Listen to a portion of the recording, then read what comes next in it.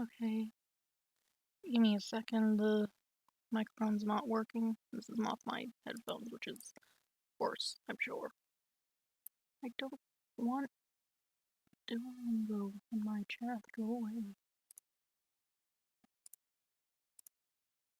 Why isn't my microphone popping up? Hello?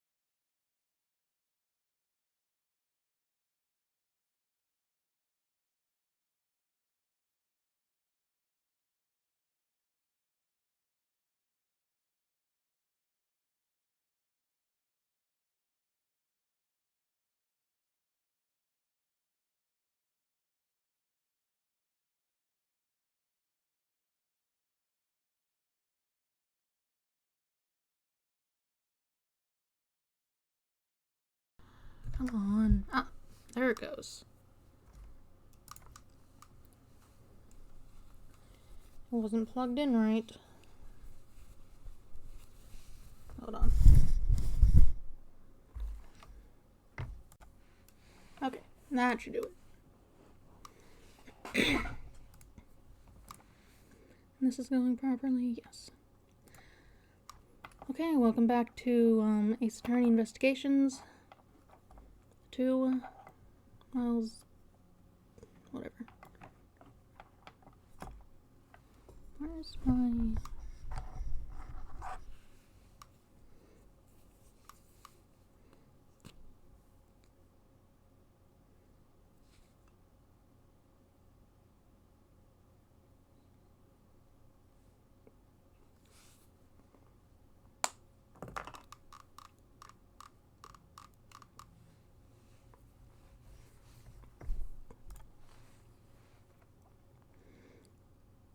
right. Ace Attorney Investigations 2 Prosecutor's Gambit is what's happening.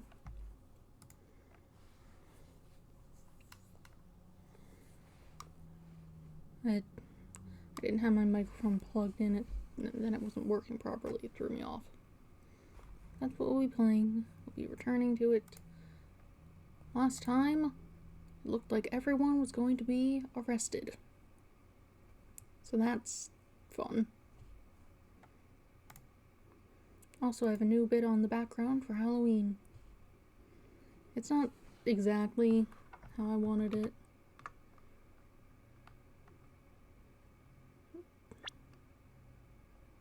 right, my controller. Which isn't plugged in. Where's my wire? I did not prepare this well enough ahead of time. But it's fine. That's loud.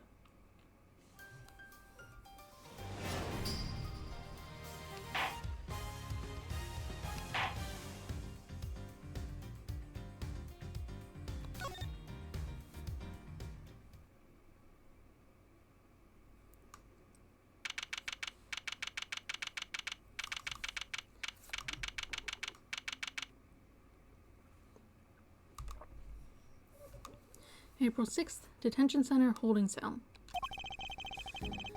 Never thought I'd spend another night in here again. And they stripped me of all the evidence we'd so painstakingly gathered. Even if they did let me keep Casey on Takarasu-pin, I cannot but worry about her.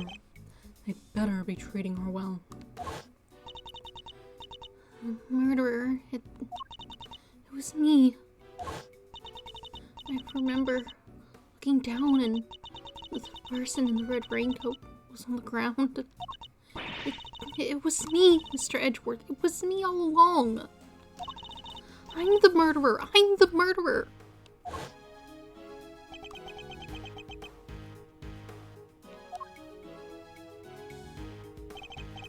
Come on, let's go. You've got a visitor. A visitor? Who? Somebody by the name of Dick Gumshoe. Want me to send him away? No. No, I'm not sure what to even say to him. April 6th, Detention Center, Visitors Room. You could move a little quicker on that. Wait there. They're leaving me unsupervised. Forgive the intrusion. Who's this? Oh, you. You're not Gumshoe. Judge Gavelle. Please, Mr. Edgeworth, take a seat. What are you doing here? I was told it was Detective Gumshoe. I imagined you wouldn't come if you knew it was me. What could you possibly want from me now? Suppose I'd better find out. You may not be aware of this, but you are only permitted to meet with specially approved visitors. So I'm to be treated like a dangerous criminal, am I? Suppose my reputation has rather plummeted. It has indeed. For you, of course, and your friends. That attorney and the other girl were raising quite a fuss earlier. Pender and Emma. I saw them launch some extremely heated words at one of the guards. No, you didn't! You may thank the goddess in that regard, for even she is too busy to deal with each and every infraction. They will not be punished for their bad behavior. You come here just to chit-chat with me. You must have a lot of time on your hands. Oh, speaking of which, Miss Von Karma is continuing the investigation where you left off. I just thought you would like to know. I figured you would be worried about how they were all doing. I hate to admit it, but you read me like a book. What do you want? Let's cut to the chase, Your Honor. Why are you really here? I'm here simply to talk, nothing more. There is something I wish to know about you. Me? Yes, who else? Objectively speaking, you are highly intelligent and quick-witted. And a born prosecutor at that. Please, Judge Gavelle, your sarcastic praise is but salt on my wounds. But I sincerely mean every word, Mr. Edgeworth, and it is why I fail to understand you. Take this latest case, for example. You were up against the very committee itself. You had no hope of succeeding. Even a child could have seen that. And yet... Don't imagine the old me would have ever been so reckless. The old me had power. Because of that, I thought that justice was always on my side. Just as you and the committee believe now.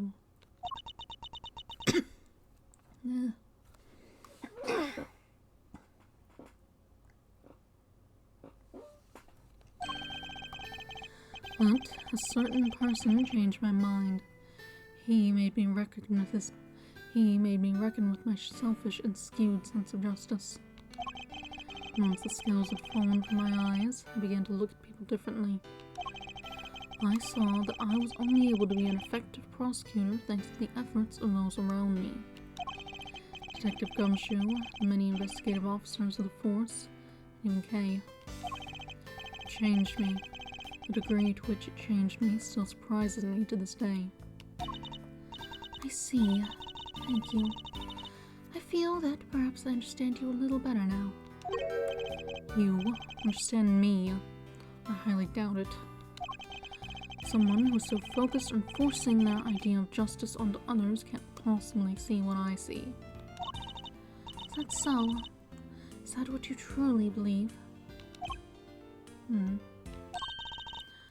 will say one thing. This has been a very interesting conversation. That is all. Before I go, there is one remaining matter.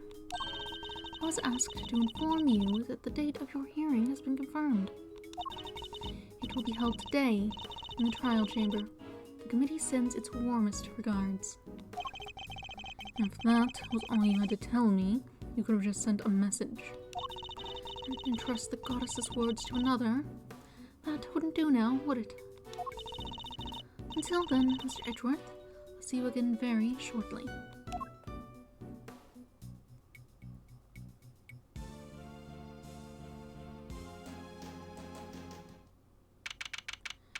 April 6th, Detention Center, holding cell.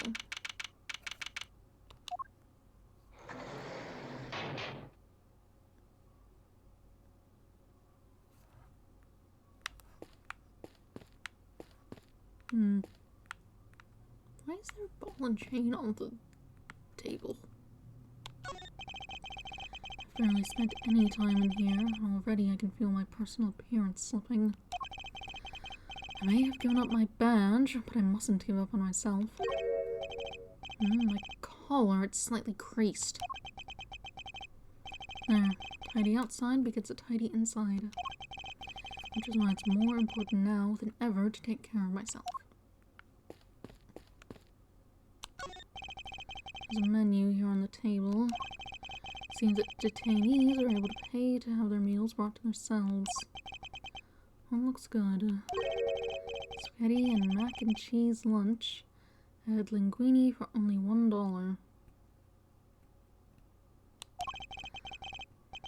Basmati and brown rice special for limited time only. Add regular white rice at no extra cost. It's probably for the best that I'm not very hungry. Window.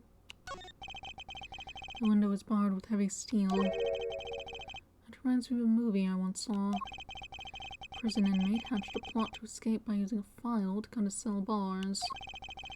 I won't be doing that, of course. For one thing, I don't have a file on me at the moment. What am I saying? I wouldn't do it even if I did have one. There's a note on the wall next to the toilet. Sorry, we're currently out of toilet paper. Please make the necessary mental preparations before using the toilet. What sorts of mental preparations can one even make? A very basic bed. I can't say it was very comfortable to sleep on, however. Imagine Detective Gumshoe would sleep soundly on it nevertheless, loudly snoring all the while. Suppose we'll probably never get to work together again. But I don't have any regrets about the bed I've made. I will follow my own path to the end.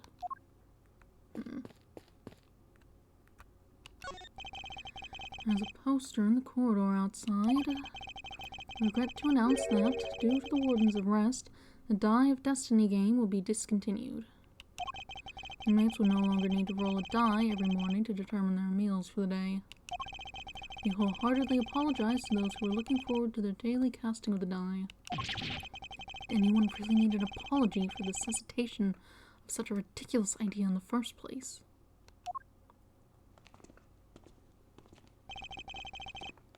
I have another visitor. Okay.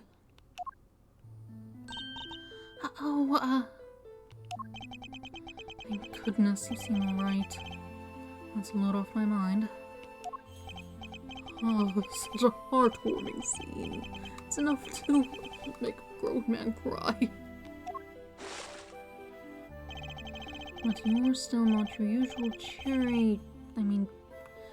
you have to stay positive, Kay. You didn't do anything wrong. In fact, I guarantee you didn't. No, you have to let it go. I'm the murderer. I know that now. But you're not. You can't be. Why don't you have any faith in yourself? How can I, Mr. Edgeworth? When there's no me left to believe in. None at all. I don't think that's true. Before you lost your memory, we spent quite a lot of time together. And I dare say you left quite the impression on me. So you see, there is still plenty of you left. That's why I believe so much in your innocence, and why you should believe in yourself too. Thank you. But I can't. It would just cause more pain for the both of us. Please, you have to forget her. Forget that Kay. Forget that Kay. She's gone. Hey, no! You remind me of my younger self, you know. So noble, so bold. This is the justice you and the committee stand for. Justice. Suppose you could call it that. What is he up to? Why is he going to such lengths to control everything? I can't shake the feeling that something is very wrong here. There's some hidden agenda at play. This is no time to second guess myself. If I'm going to find out what it is, it's now or never. Well then, my boy, I suppose I should be. Wait. Why is the chairman so intent on seeing Kay charged with this murder? It doesn't make any sense. There must be some rhyme or reason to this madness. Oh, now, Miles, I'm a busy, important man. I can't be wasting my precious time talking to you. The only way out of our current predicament is through Chairman Winner. There's so much to ask and so little time. Let's start by trying to find out why he rushed to have Kay arrested so quickly. I can't just let this happen. If I'm getting answers, if it's the last thing I do.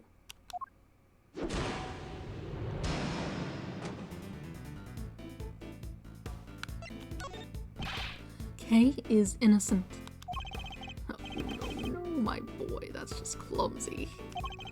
Anyone can blurt out a baseless assertion like that, even a disgraced superstar prosecutor. Oh. It's not good. I don't have enough information to take this any further just yet. When my chance will come, I'll just be ready when it does. Why were you so keen to push through Kay's arrest? If you had to hear a satisfactory explanation. Explanation? I'm not entirely sure what you mean. Don't give me that. You know exactly what I mean. I advise you to moderate your tone, dear boy. Need I remind you of your position?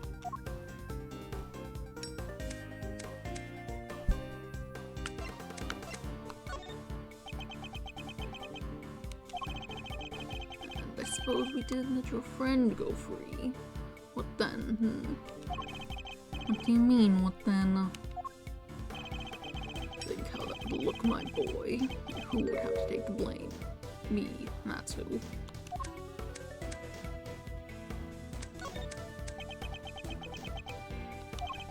You're right to keep your mouth shut. That way you won't say anything foolish. Sorry, but I can't stay silent forever. Not while Kay's innocence is still in doubt. You're breaking my heart. Just look at this blood of tears spilling out. Please, just leave it alone, will you? Things were going along nicely until you interfered.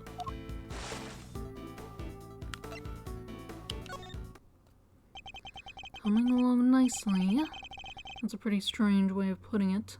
It's almost as if you wanted Kay's arrest to happen. It certainly doesn't sound like the statement of an impartial representative of the law.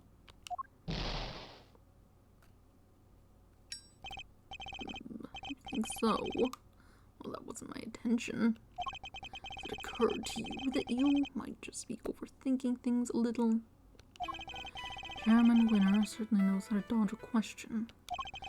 But it doesn't change the fact that serious doubts remain concerning Kay's arrest. Next, we need to press him on whether he really believes the investigation was sufficient. We can't allow any of his statements to go unexamined, no matter how trivial they may seem. One of them may just give us the breakthrough we need.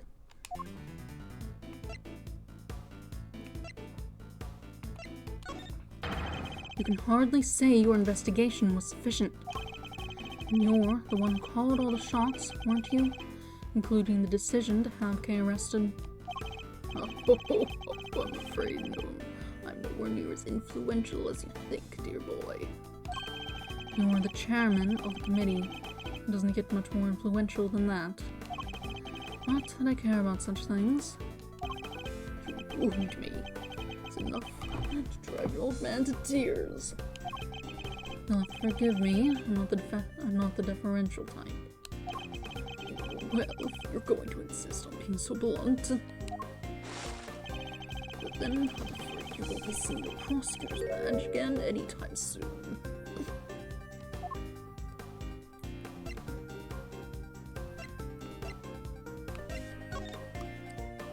I've got you now. You're backed into a corner and you don't even know it. Okay, that was the wrong thing to do, I guess.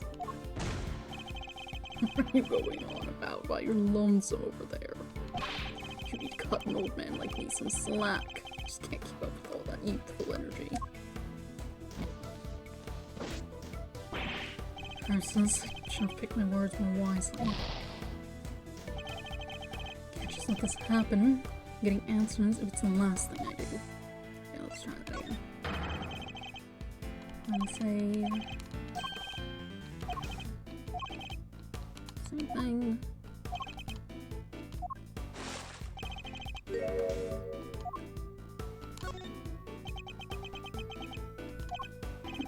Nothing more to say. Wonderful, then I'll be on my way. That seems the silent treatment will work every time. Maybe we try the other one.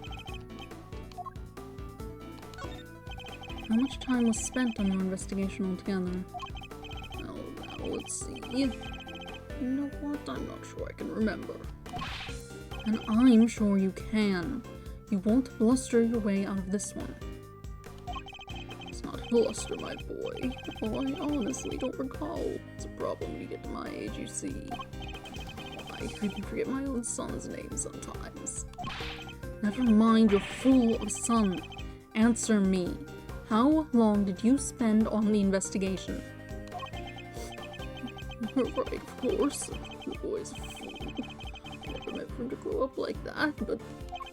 oh, woe's me. I was only too happy to derail the conversation no matter where I take it. I have to force him to take this seriously. Let's try another tack for now. Okay.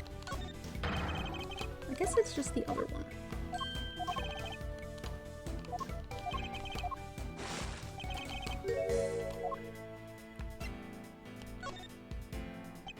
Let me make something clear once and for all. That badge isn't the be-all end-all for me. Far from it. I'm not concerned with titles or roles. Even you must understand that much.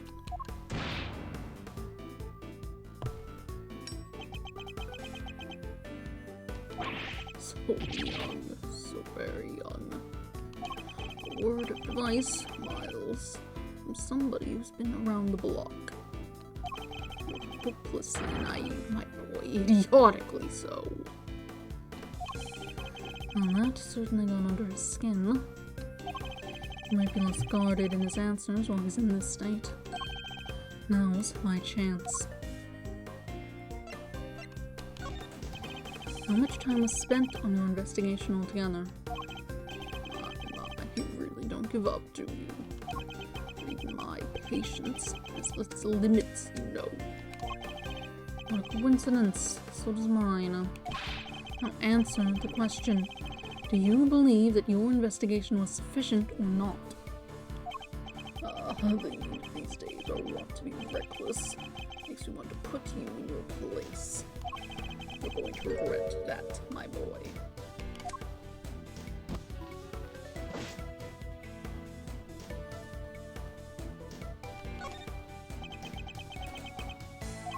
Well, you do know your place after all. What's the matter? Scared? Hardly. Just thinking about how best to proceed. Getting answers from the elderly requires sensitivity. They can get quite emotional, after all. You have no common sense whatsoever, do you? Don't you understand? Your fate rests in my hands.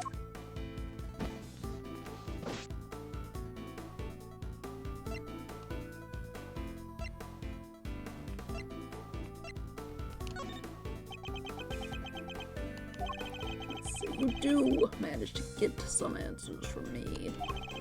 There's nothing you can do with them, so why not give it up, dear boy? No. Why not? Simple. Because I'm not about to let the truth escape me. Interesting. I think I'm beginning to see what makes you tick. What you're doing is pointless. Tragically and miserably pointless. Please just give up. She's guilty. The decision has been made.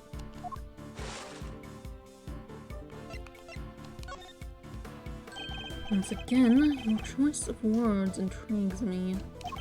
It's almost as if Kay's guilt has already been determined from before her arrest.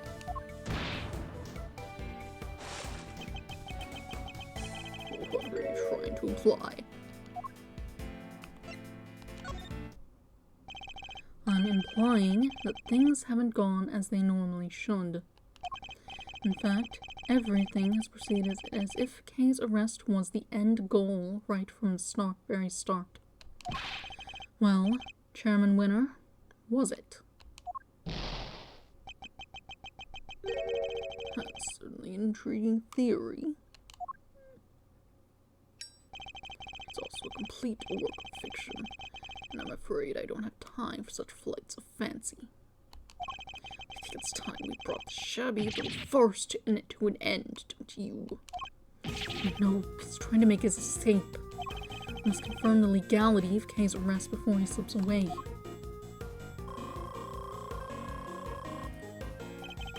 It's faint, but the truth is finally beginning to emerge. I'm not about to let this opportunity pass me by. Wait, we're not done yet. I'm tired of all the stalking, so make it brief, will you?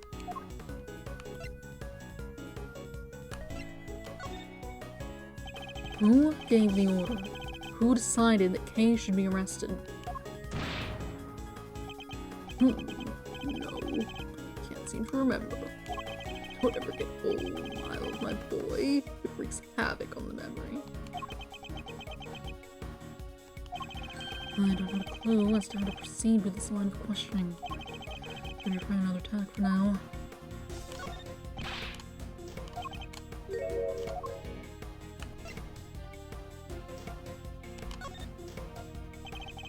Based on everything I've heard from you so far, it's clear that Kay's arrest is entirely unfounded. Yes, I think we're familiar with this particular refrain of yours by now. I'm afraid it doesn't matter either way. You don't have what it takes to secure her release anyhow. How dare you take this so lightly as a man of the law? My, aren't you a rude little boy? But my fuse is only so long.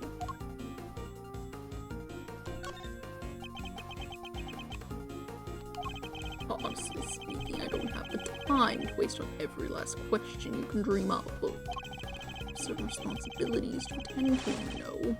Really am quite the busy man. Or are you just pretending to be busy, That's an awful thing to say to a fragile old man. I work harder than I should at my age. I ask you, my boy, what could I even hope to accomplish by putting up such a pretense?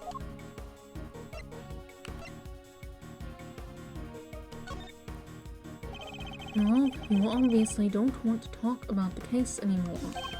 That's why you're so keen to get out of this conversation, isn't it? It's just so tragic. It really is. You would suspect me of such things. It's not a suspicion, it's a certainty. There were no clear grounds on which to base Kay's arrest for a start. Now, my boy. Let's not get carried away. There's plenty of evidence to support our case. mask, the letter, the corsage. These were all in her possession. And of course, her confession. More than enough to prove her guilt, I'd say. But those are... What's the matter? Struggling to come up with a way to explain everything away.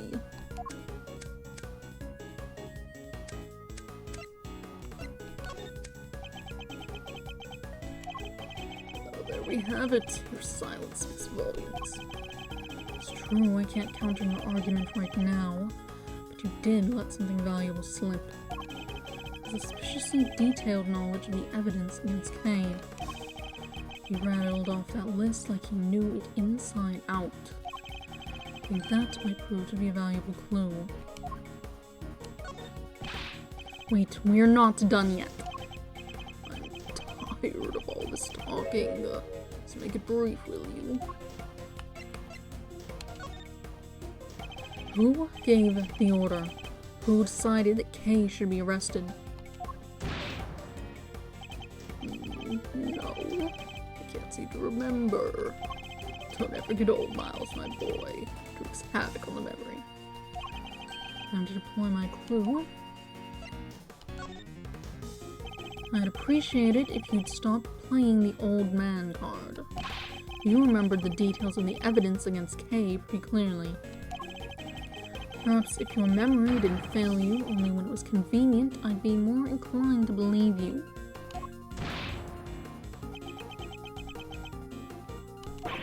So let me ask you again, who gave the order for Kay's arrest? You're a sharp one, I'll give you that. My son could learn a thing or two from you.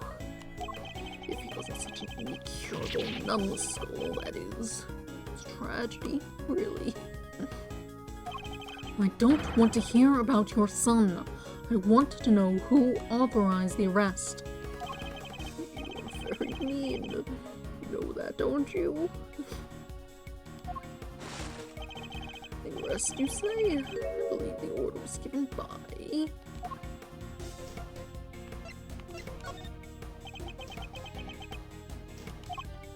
What the order say? Wonderful, then I'll be on my way. You were supposed to say things. Seeing the silent treatment will work every time.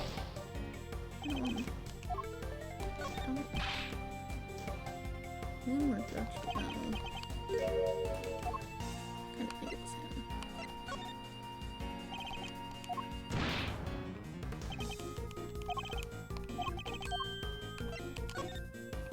What did I put?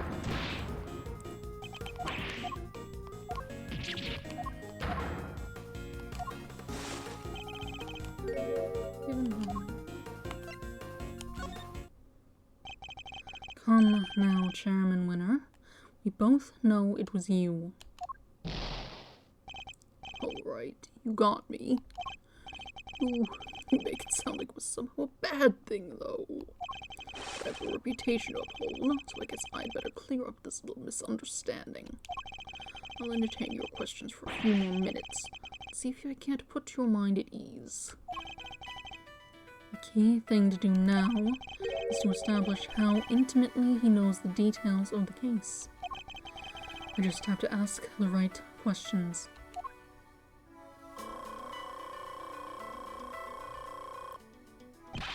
The end game is at hand. We're about a few moves away from the truth.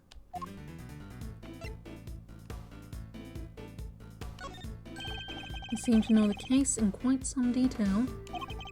I know about lots of things, my boy. I'm just smart like that.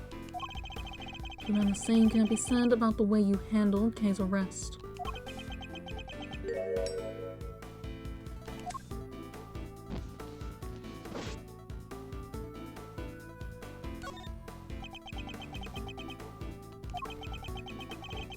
Very busy man.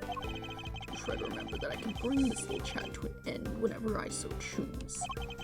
It's only taking so long because you won't give me a straight answer to any of my questions. If you'd only stopped giving me the runaround, we'd be done already. So let's try this again. You seem to know the details of the case quite intimately. Why is that? read the case file. Not exactly the most thrilling use of my time, of course, but it's part of the job. I have to be a good role model. I can't be simply slacking. It can be so hard.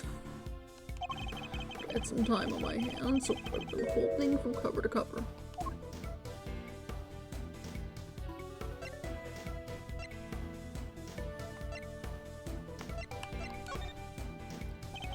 Oh, okay.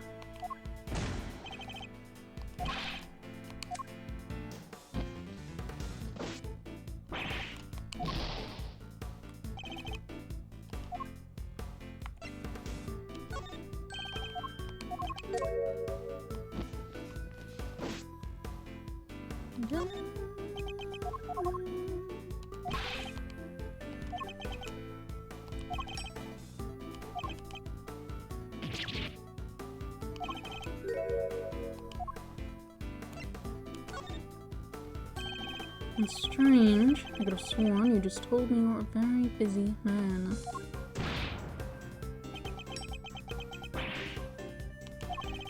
I'd say the cracks are finally starting to show.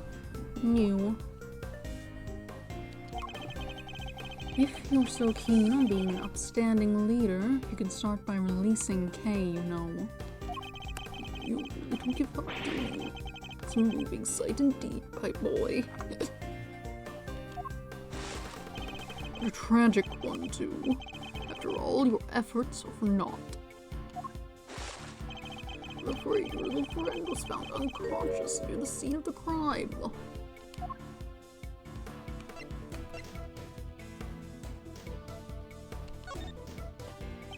We have yet to hear much about the circumstances under which Kay was found. She was lying unconscious in the storeroom, correct?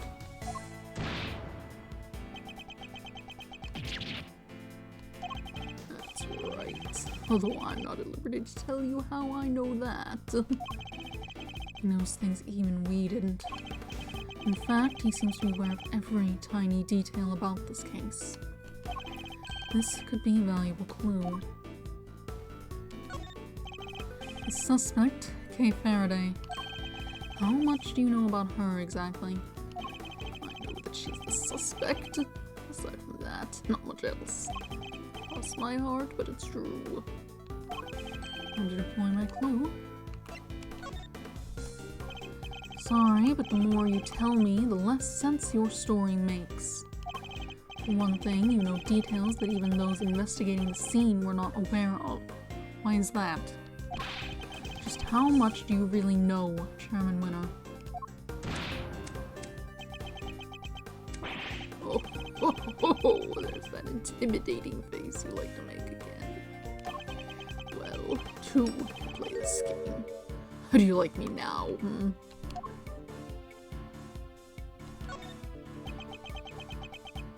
I do have to commend you on your doggedness. It really is something. Take that as a compliment. However you like. Wrap this up, will you? I just don't have stamina anymore. She's the culprit, the only possible suspect. Just accept that already. Much more evidence. Nice little fly, go away. You want us to load her down with, for goodness sake.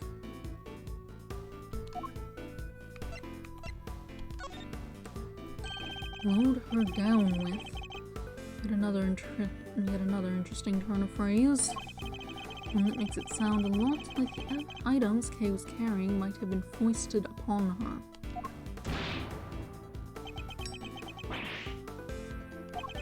Impressive. You really do pay attention, don't you? It's no wonder they used to call you a prodigy, abstracts Prosecutor. I think you know the answer to your own question by now. Why don't you just go ahead and say it? I want to hear it from you. It's finally time. Shed light on the truth. All that's left is to play one last move. Kay is innocent. No, my boy, that's just clumsy. Anyone can learn how to base assertion like that. Even a disgraced superstar prosecutor. Time to deploy my clue. Kay was framed. The true culprit set it all up so she would take the fall instead. That is my answer. I won't let you deny it any longer.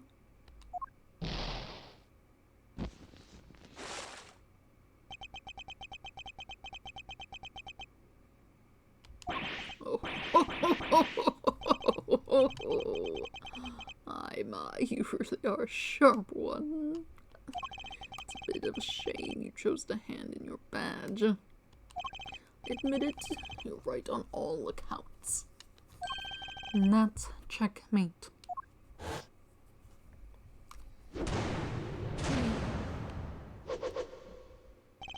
You knew Kay wasn't the real murderer, and yet you still had her arrested. What's worse, you thought you could get away with it. Well, you won't. Not if I can help it. There you go with that naivete again, my boy. I guess that was always your problem. With the girl arrested and a conviction secured, this whole mess goes away. And that's what will happen. But whose interest does a conclusion like that serve? The committee's, I suppose. And mine?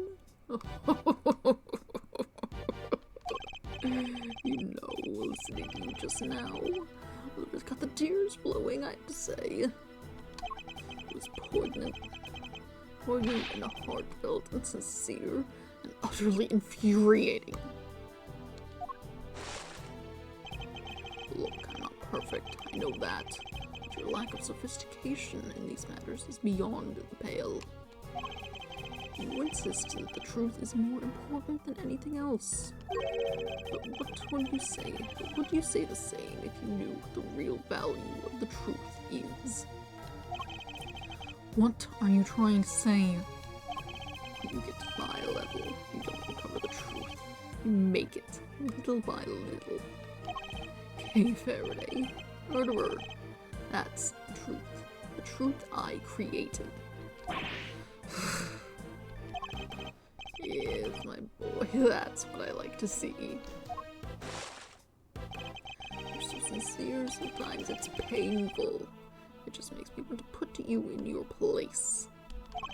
Knowing the real truth will get you nowhere. Because that's how much it's worth. Nothing. Shocking, I know. But why not go after the real killer? How much do you even know about what really happened? You're still not getting it. That's your truth. And it is worthless. Mine is all that matters. You understand what I'm saying, don't you, Mr. Prosecutor? I have all the power here. Curse you. Well, aren't you menacing? You and your little friend are just as bad as each other. Violent criminals who deserve to be locked up. You'll pay for this. And with that, another person disappears from my life. Oh, it just makes me want to cry and cry and cry.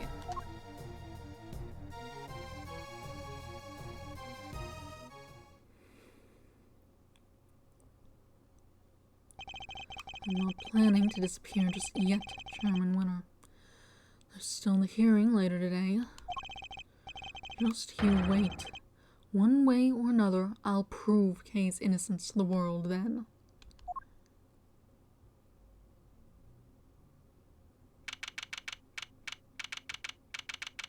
April 6th, 8:30 a.m. Committee for Prosecutorial Excellence. Chamber. Ooh, you can tell who's important here.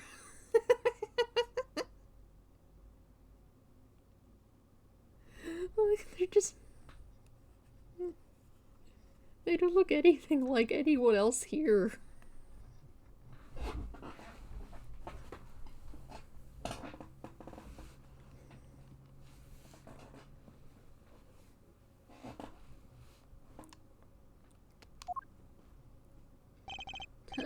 Members, over a majority are present. I hereby call this meeting to order.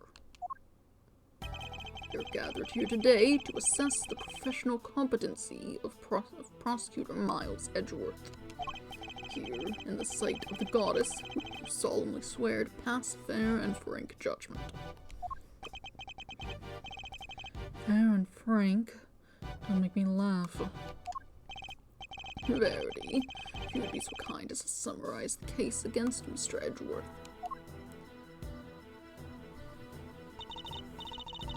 On April 5th, despite having been advised of the illegality of an investigation he was conducting, the accused refused to desist and eventually had to be detained by myself and Chairman Winner. His actions compromised the investigation into the murder of a certain defense attorney. And, despite having been presented with copious evidence of her guilt, he continues to insist that the suspect, one K. Faraday, is innocent of all charges. Perhaps you could explain the details of the murder to us as well. Of course. On the morning of the 5th, the body of the victim was found here in the committee chamber. Further explanation will be provided by the Eustace Winner, Premier Prosecutor. The floor is yours, Mr. Winner. The murder itself happened to be late on the night of the 4th. The victim was Miss Rosie Ringer. That same night, an illicit auction was being held here, in this very room. Ringer took part in that auction, I think. Yeah. Meaning that the murder took place sometime during the auction.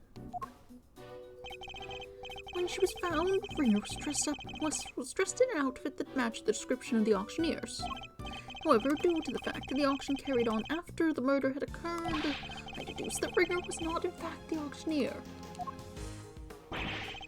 You deduced nothing of the sort. What about the basis on which the suspect was detained, Mr. Winner? Yeah, I got this.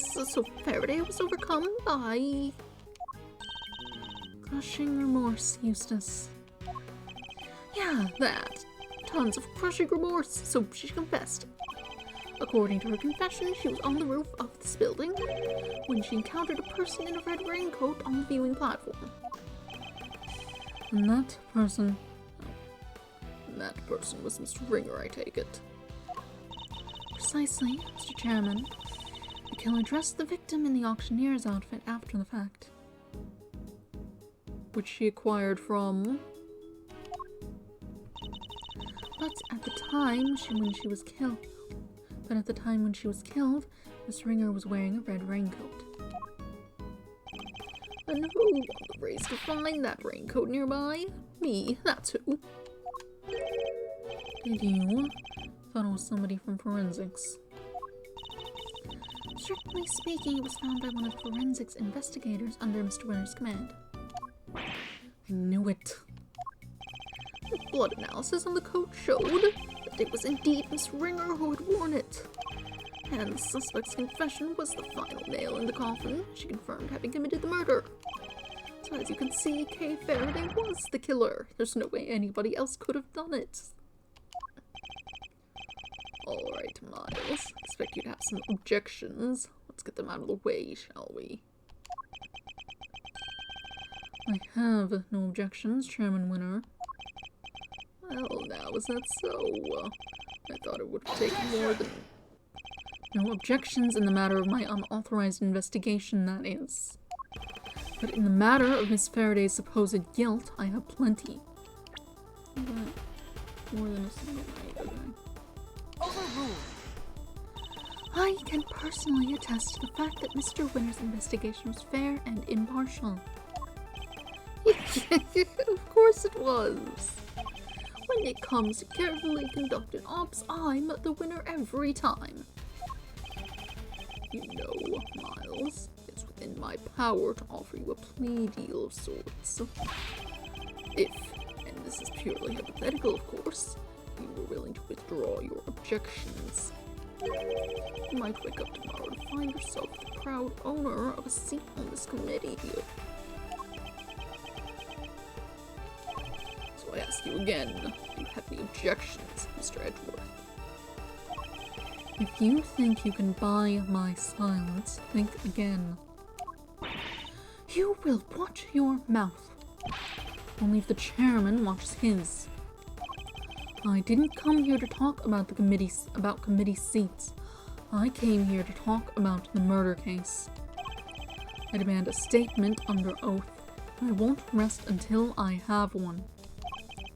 I want to know exactly what the committee's view on the incident is. You want to put us on trial, my boy. Very well, if it will make you happy. Verity, please provide Mr. Edgeworth with the materials pertaining to the case. Really? But, sir... This will be his last hurrah, so let's humor him with the send-off he desires. If you say so, Mr. Chairman. Evidence data received from Judge Gamel. No objections to Verity representing the committee, I assume. Everything looks in place.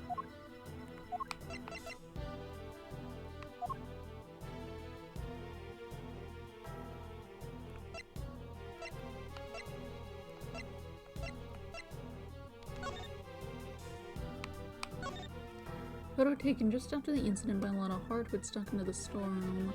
Ringleader and an auction attendee came up on the elevator. A scream was heard not long after. Yeah, like that person's already got blood on their hands.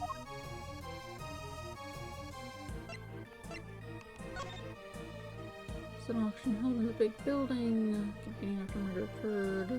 11 of them.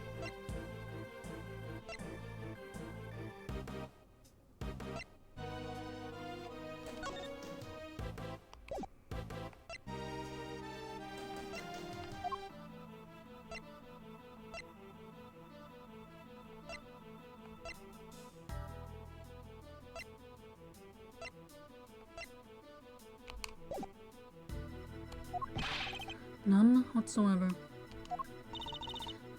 Mr. Edgeworth. Don't worry, Kay. Everything will be fine. You'll see. Committee's view of the case. Miss Ringer attended the auction as a potential buyer. A red raincoat was one of the items up for sale. So our assumption is that after winning and paying for it, she left the auction with her purchase.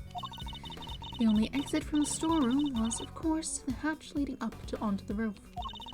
After she'd emerged onto the viewing platform, that's when Miss Ringer was attacked by Miss Faraday. Shortly thereafter, her flame went out, and thus concludes the committee's view of the case.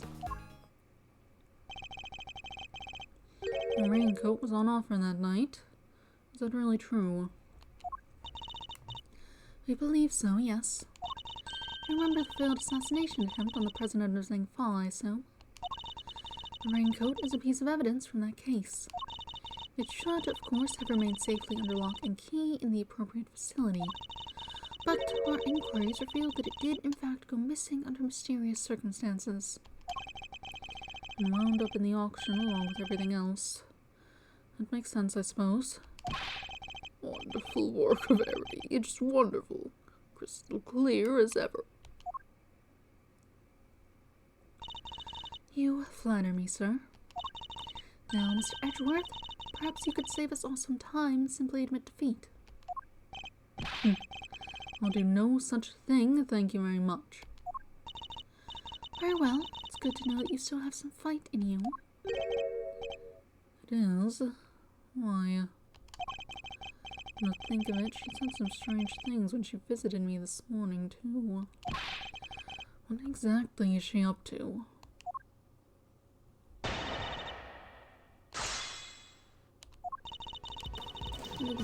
Potential buy. Hold it! In other words, a member of the committee was actively involved in the illegal evidence trade. It is unfortunate. I don't know what else to say. And of course, we will be looking into any such activities just as soon as this hearing is over and done with. commend your decision to pursue the matter further, Mr. Chairman. Oh, don't be silly, Verity. It's the least we can do, really. Not that it's any of your business, Miles. Not anymore. Only you remained a prosecutor, but you didn't. Now, if we're quite done making an old man cry over the whole sad affair. Very well. Allow me to continue. The red raincoat was one of the items up for sale. Hold it! So the raincoat really was one of the auction lots. That's correct. I believe it originally belonged to a Mr. Shelley the Killer. Considering its status as a piece of evidence, it's the only logical conclusion. It's from when he made his attempt on the president's life. There was an unexplained mannequin standing amongst the other items on sale. It could well have been used to display the coat prior to the auction. Do we know how the items were being smuggled in? That is still under investigation, and is entirely unrelated to the matter at hand. Especially considering that you will soon officially be a prosecutor no longer, Mr. Edgeworth. Sounds like the outcome of this hearing is a foregone conclusion. No surprises there. My personal circumstances aren't important right now. Please continue, Your Honor. As I was saying, the raincoat was one of the items up for sale. So our assumption is that after winning and paying for it, she left the auction with a purchase. Hold it! Why did she leave so soon after making her purchase? Because of the auction house rules. Winning bidders are expected to pay for their items immediately. Miss Hart told us pretty much the same thing. Miss Ringer, having paid for the raincoat, probably left immediately afterwards in accordance with the rules. The only exit from the storeroom was, of course, the hatch leading up onto the roof. Hold it! Miss Ringer was a member of the committee. Could she not have left the committee chamber via the main door? While the auction was still underway, that would risk exposing its existence to those outside the trusted circle of attendees. Given that Miss Hart found out about it, I think its existence is already well and exposed. The rules of the auction stated that attendees were to enter and leave via the hatch in the roof. Miss Ringer had no reason not to follow those rules. Where have you heard of these rules? Are you making assumptions? Or do you have a list somewhere?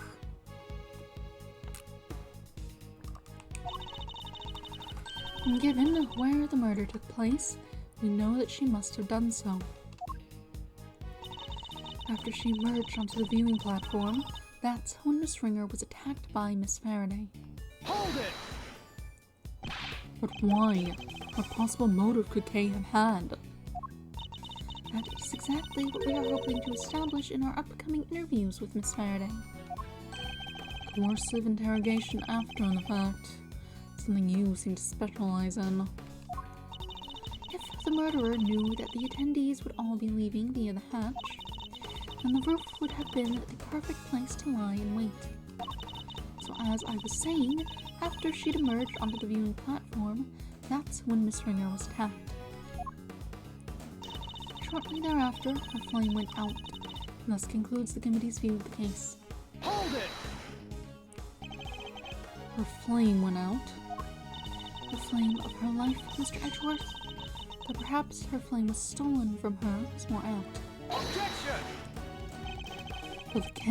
But the candelabrum that extinguished her life was one of the auction lots, meaning Kay had no way of getting a hold of it to begin with.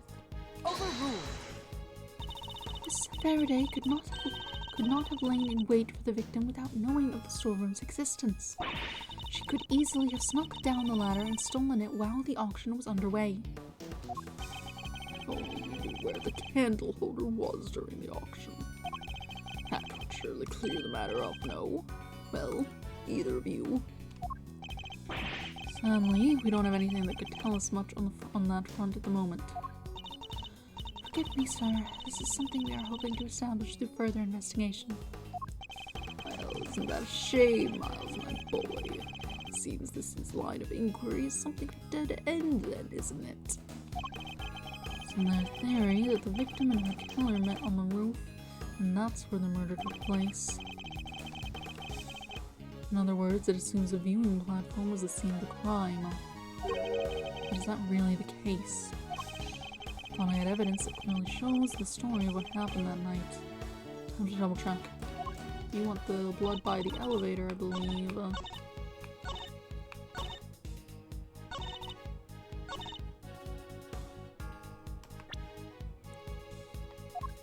go here. Objection! No. Not that one. Such statements will not be tolerated by this court. Why not? What precisely is wrong with my statement? For one thing, the fact that you clearly do not believe it yourself. Was it that obvious? Might have to be more careful next time.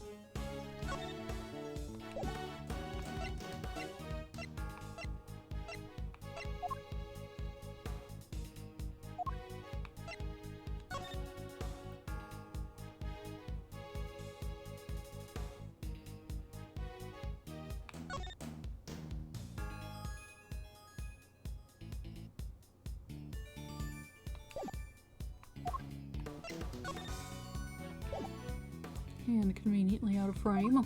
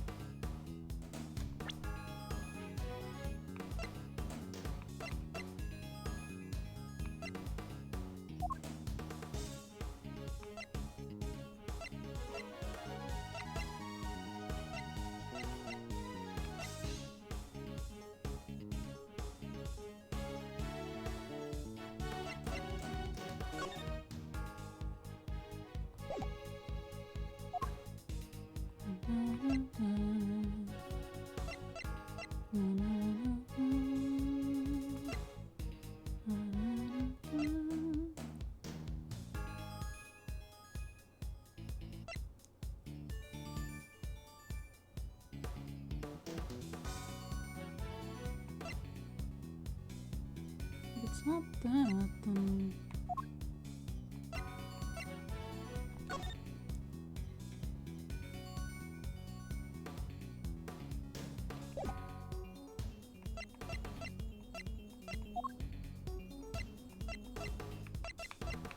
And the fact that she just saw what was going on, this doesn't, like, say that, really. Aside from after the murder occurred, which... Objection! That doesn't help. You care to revise your testimony at all, Judge Cabell? No, why? Do you believe there's something wrong with it? Well, no, nothing seems out of place. And perhaps you could refrain from insinuating otherwise. Thought that blew up my face.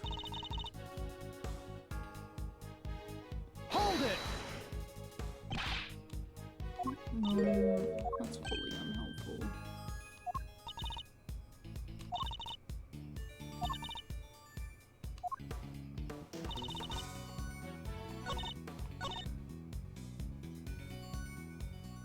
Hold it! Committee.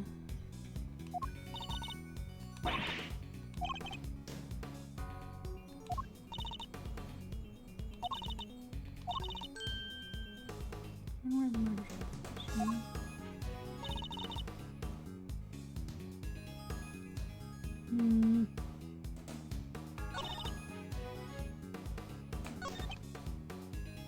Vent on the roof. Evidence that clearly shows the story of what happened. Time to double check.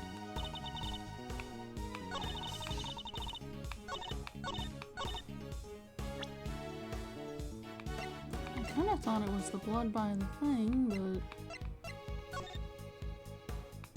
that doesn't help anything.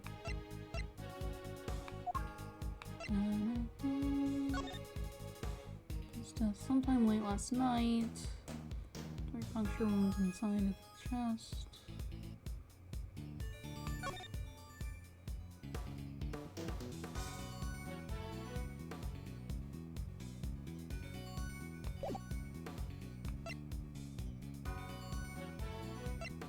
Victim's letter.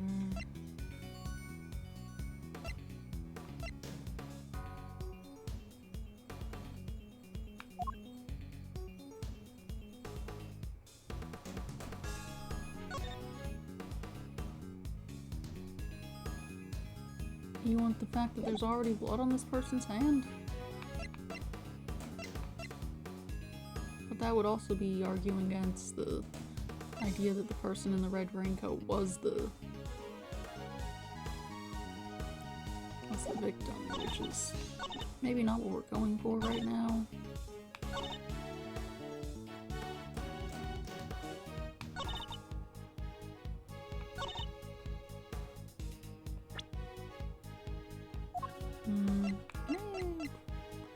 What do you want here?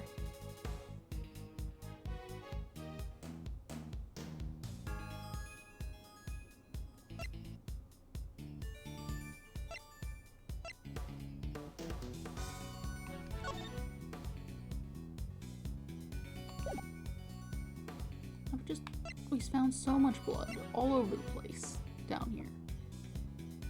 Objection! That's what you wanted.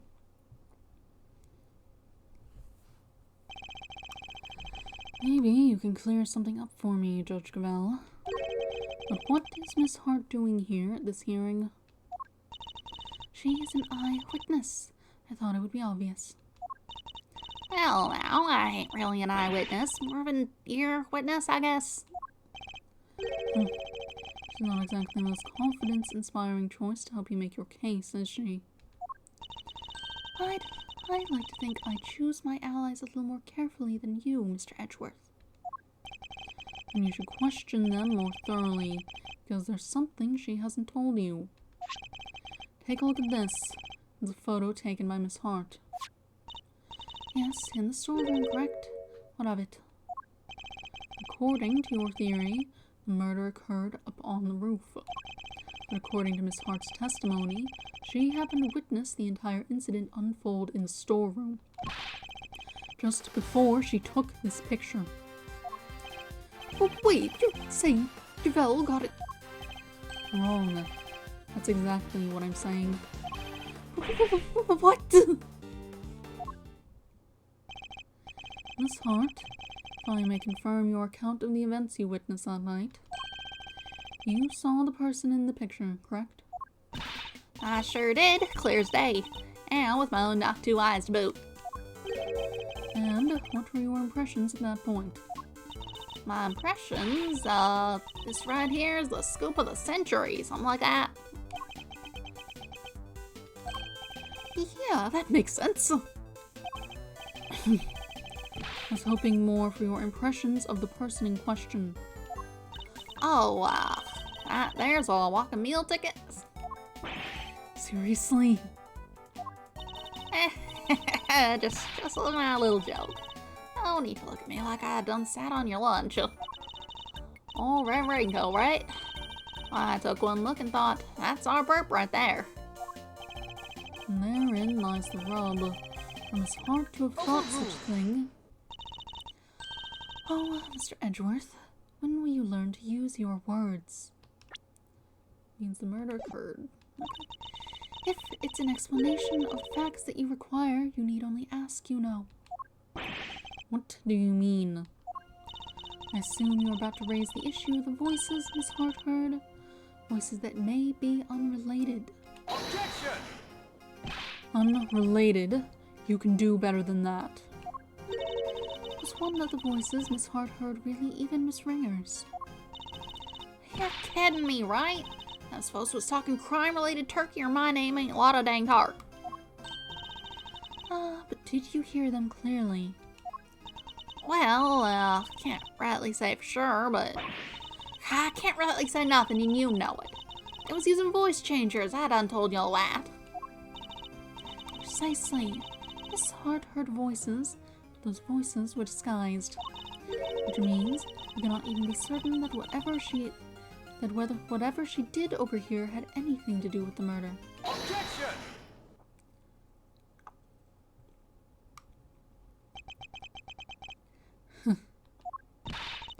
You don't need to yell objection in order to sigh at me, Mr. Edgeworth.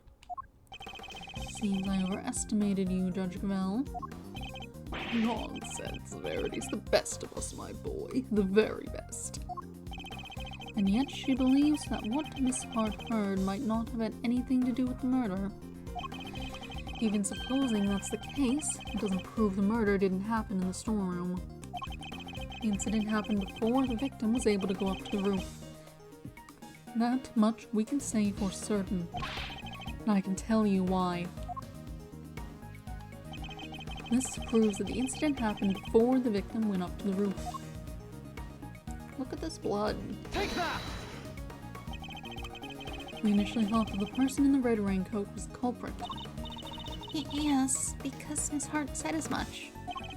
Indeed, she told us about the blood she saw on this person's hand. And I doubt many people would have thought differently, given her testimony. Ergo, if this person is the killer, then the blood we see would be from when they attacked the victim. But knowing what we know now, that this person is in fact the victim, it recontextualizes everything. The presence of the blood still shows that the picture was taken after the attack. And now it tells us something very important about the victim, too. Saying they lived and climbed up the ladder with a candelabrum sticking out of their chest? That doesn't make sense. This picture tells us that the victim... There's no doubt in my mind that the victim was attacked in the storeroom. Here we have photographic evidence of her standing upright and alive, albeit with a bloody hand. This can only mean that Miss Ringer survived the attack. The blood on her hand is from the wound she had sustained. What are you talking about? Who dies from a hand wound? The wound wasn't on her hand, Mr. Winner. Imagine she'd used her hand to try to staunch a wound. That's right. Well, it's impossible to tell from this angle. The victim was already mortally wounded here. Oh, that certainly would change things, wouldn't it? It very much would.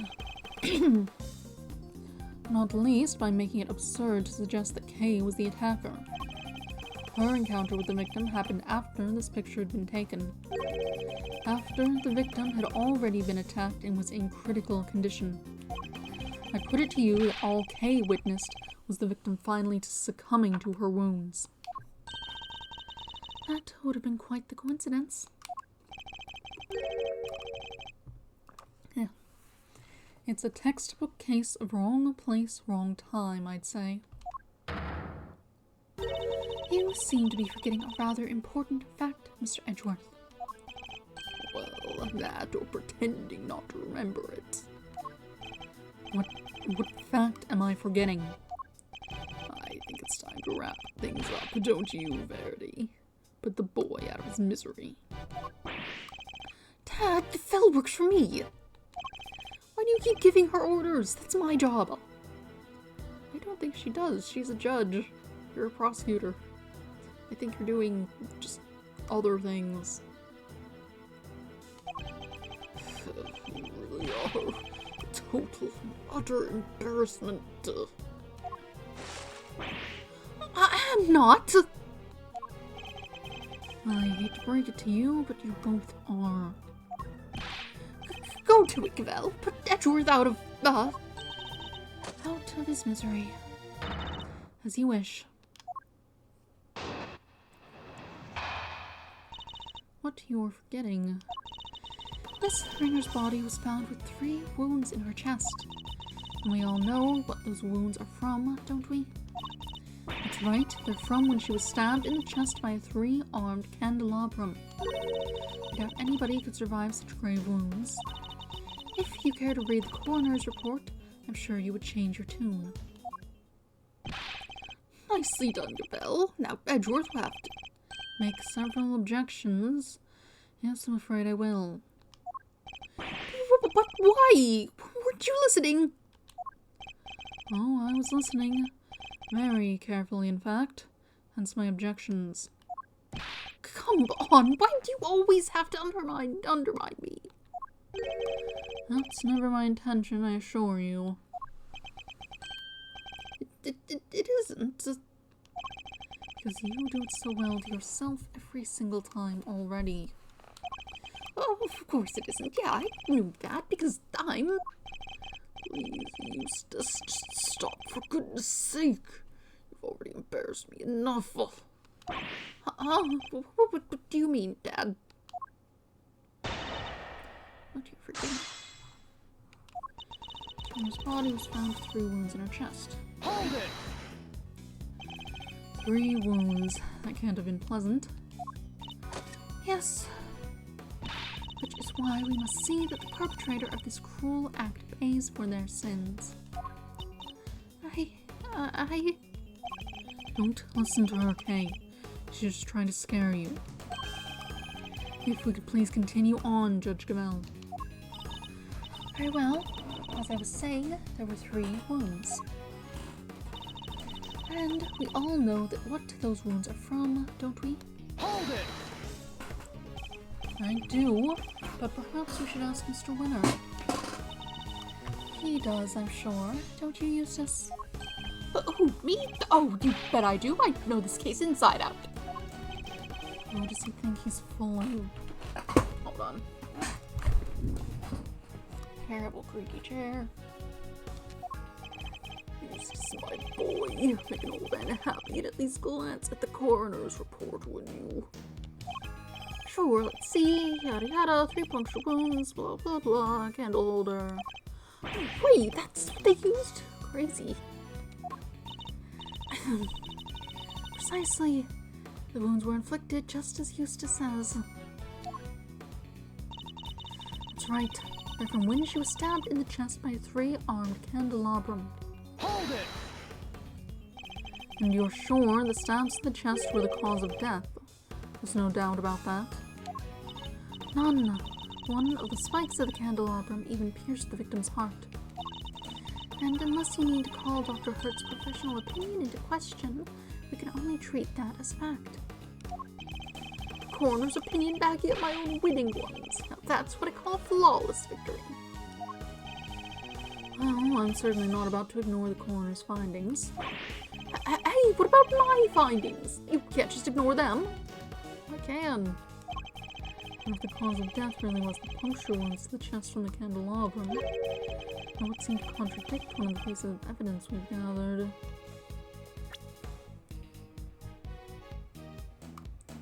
Which one?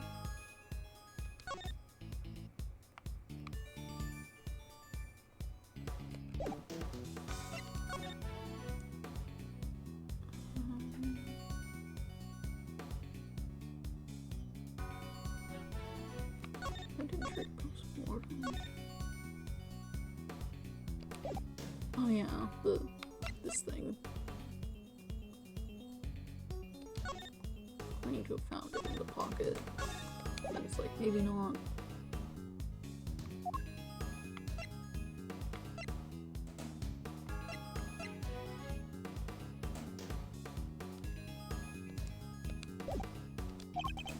He's not just ignoring my findings, he's ignoring me!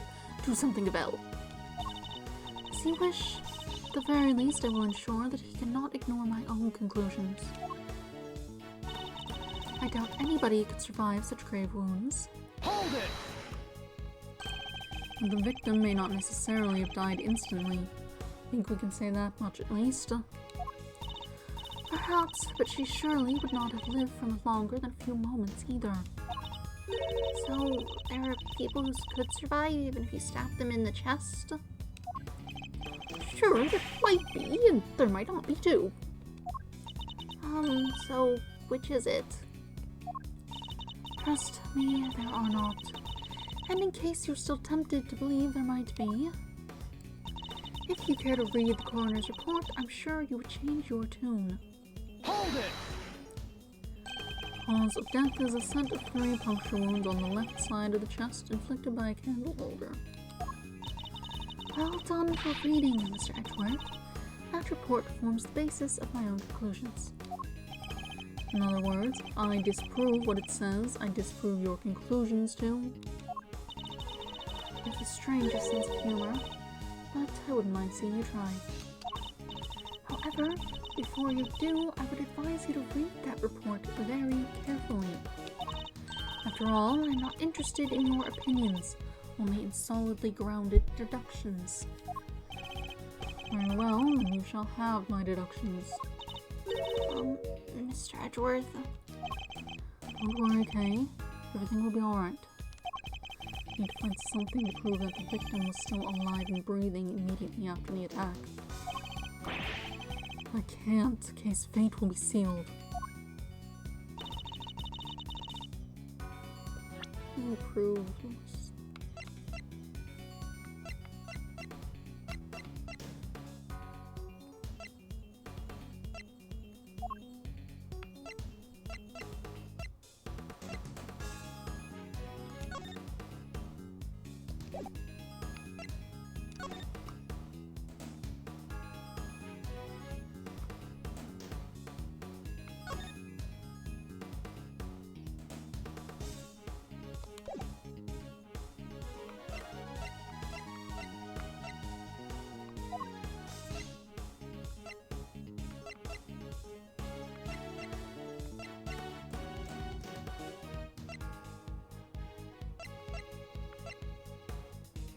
My crew's still up and going.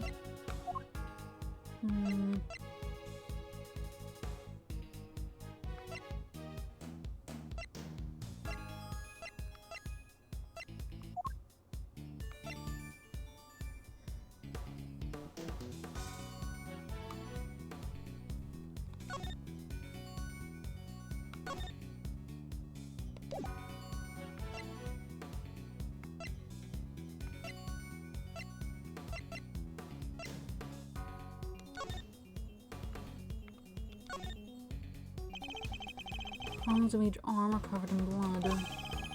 Spacing matches that of the wounds in the victim's chest. Is this really the murder weapon?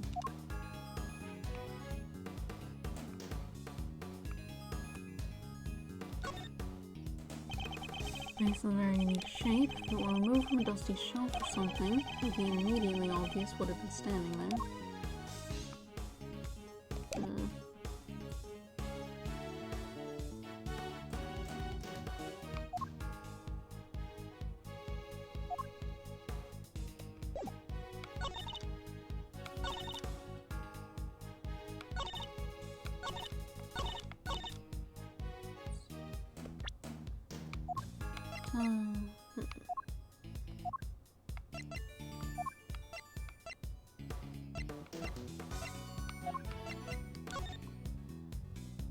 Sometimes, 3 puncture wounds on left side of the chest inflicted by a candle holder. Victim also suffered head injury post-mortem. Prominent burn marks on back of victim's right hand.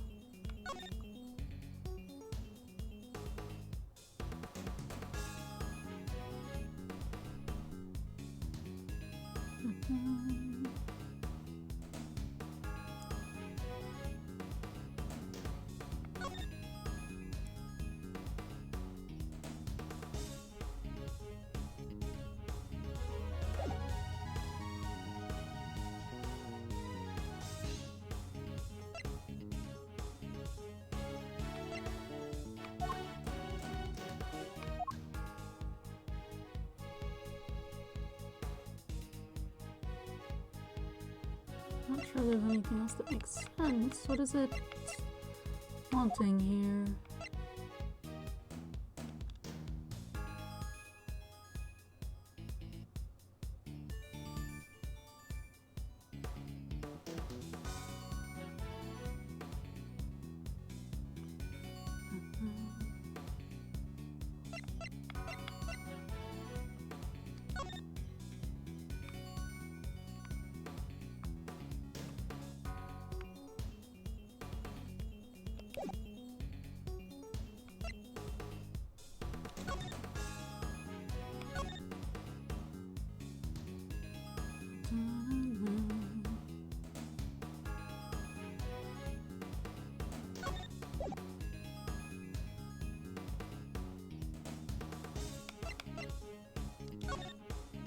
This was claimed to be in the chest pocket, but then it wasn't.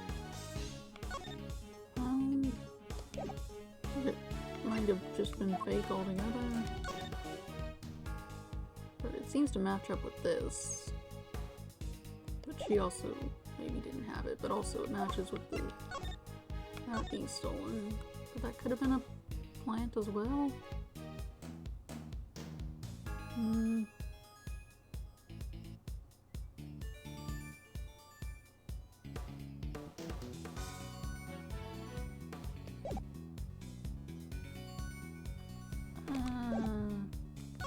Let's give the letter a shot.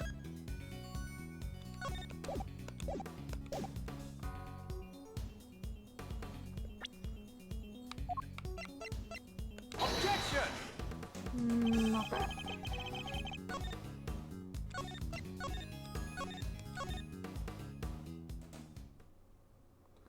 What? Okay.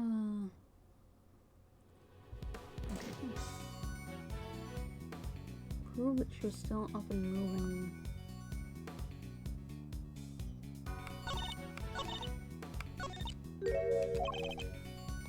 You're right.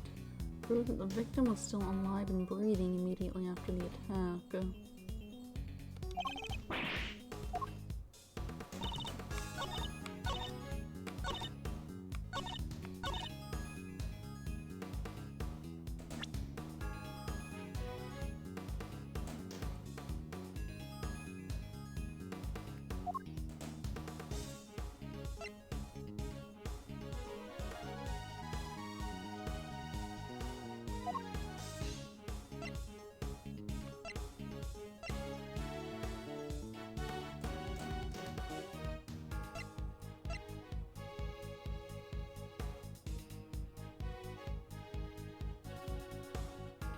Objection! That doesn't help.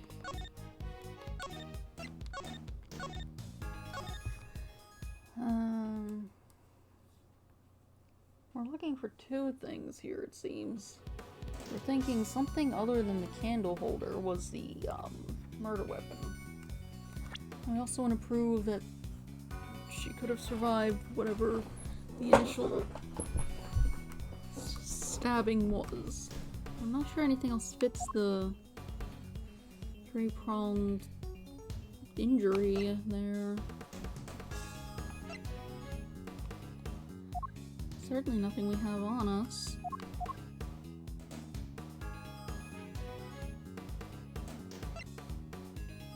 And when the victim whose fingerprints and blood were found on the hood.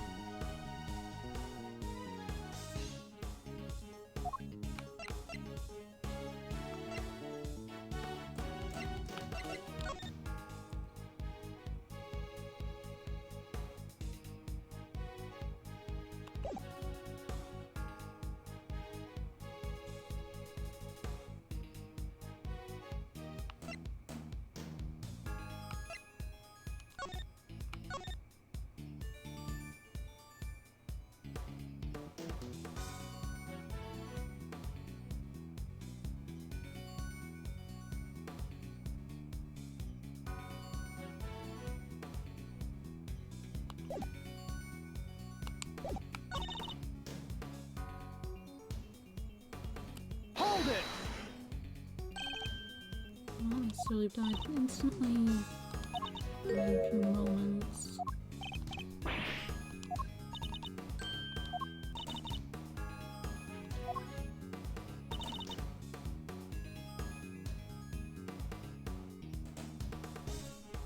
Hold it!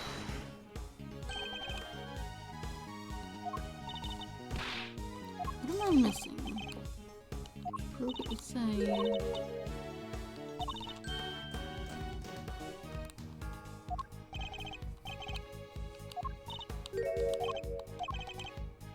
Prove the victim was alive and breathing immediately after the attack.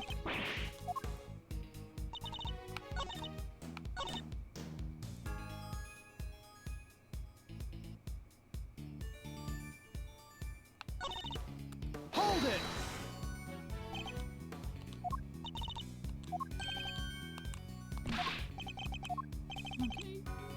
This is just, this guy doesn't read ever. He's dumb. Hold it! I'm sure that one's...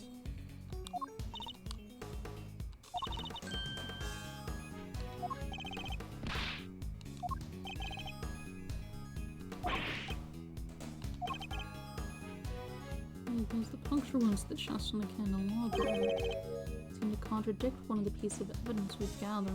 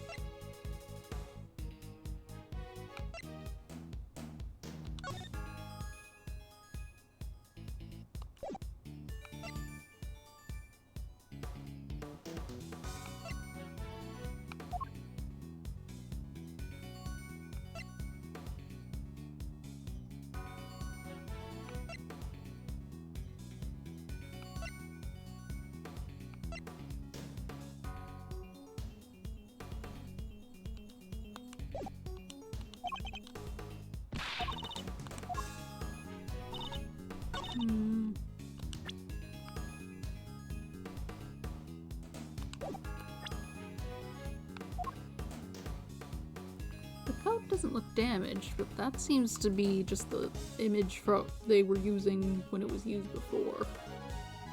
So it might not be helpful in that regard.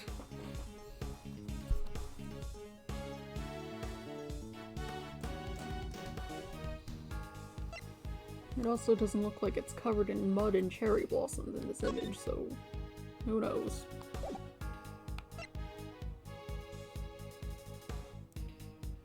That doesn't say anything. Not helpful. Not helpful. Not helpful. I don't know what that's for. And so related to homicide. Common attendees.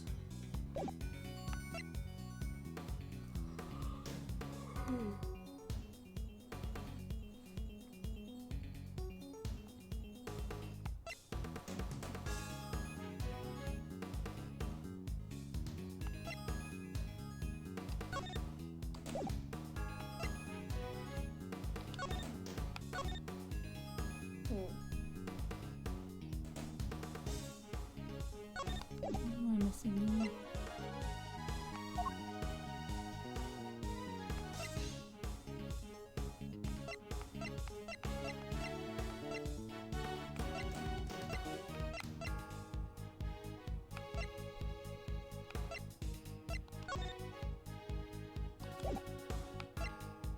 The flower, big billion collections.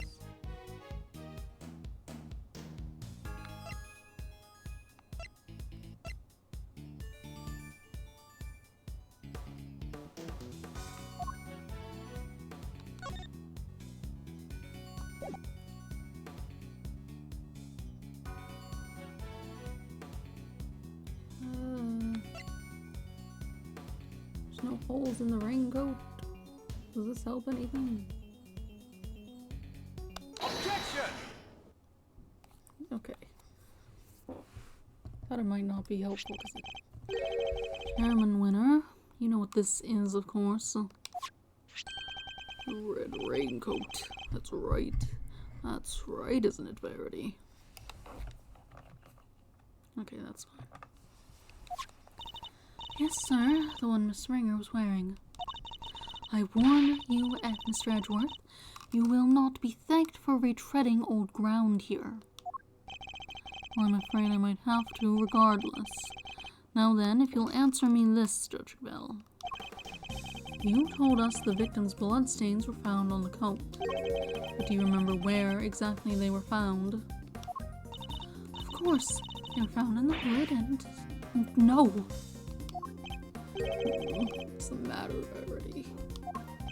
The hood and... Was blood found anywhere else on the raincoat? No. was not. Doesn't that strike you as odd? The victim died of stab wounds to the chest. Wouldn't that lead one to expect to find bloodstains in that area? And yet, there was blood only on the hood. That's a glaring contradiction if I ever saw one. The head wound the victim suffered wasn't just some incidental injury. It was inflicted before the stab wounds to her chest. Perhaps you are correct. Perhaps the victim did sustain the head injury first. As you said, if she had been stabbed first, there should be blood in the chest or area of the raincoat. Therefore, Miss Springer cannot have been stabbed before the head injury had been inflicted on her. But even if we concede this point that the head injury came before the chest wound, what difference would it make? How does it change our understanding of the case? I'd say it changes things a great deal. In fact, it raises an even more fundamental contradiction. That is quite the bold claim, Mr. Edgeworth. I have to admit, you have me intrigued. Perhaps you could show us this fundamental contradiction with some evidence. Which piece of evidence best demonstrates the contradiction in the order of injuries revealed? Head injury sustained post-mortem. Take that! This is Dr. Hurt's preliminary findings, according to which the victim suffered a head injury post-mortem. But the order suggested by the bloodstains on the raincoat is exactly the opposite, yes. Bailiff, this court hereby subpoenas Dr. Hilda Hertz to the committee chambers with all due haste. Until she testifies, this case cannot be brought to a close. Yes, Your Honor. I'll go fetch her at once. Unfortunately, Dr. Hertz is a very busy woman. I doubt she will be able to come immediately. In the meantime, there is another important angle I would like to explore. Frankly, something has been bothering me about the person at the heart of this case. The so-called ringleader. Who exactly are they? Yeah, good point. We never looked into that, huh? Despite having been mentioned repeatedly in this hearing, we still don't know even the most basic fact that might help us uncover their identity. Well, Mr. Edgeworth, do you have any thoughts on the matter? We've seen nothing that might serve as clear evidence in the auctioneer's identity as of yet. But there is someone involved with the case that I can name. I suspect that at the very least, they might be able to point us in the right direction. And that's... Chairman Winner, I demand that you testify as to what you know. What?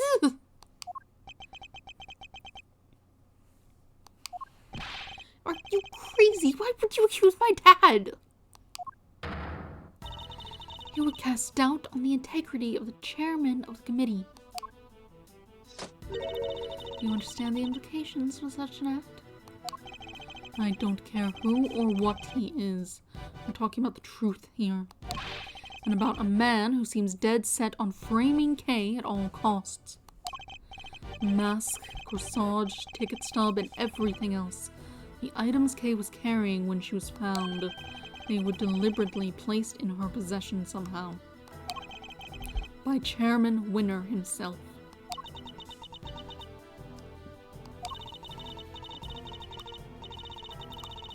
A shocking accusation, and one I find hard to believe. But for the sake of completeness, I must ask, why would he do such a thing? To cast suspicion on Kay, of course. Why else? I even managed to get him to say something to that effect. Chairman Winner, your rebuttal, please. I think the good chairman might be in shock.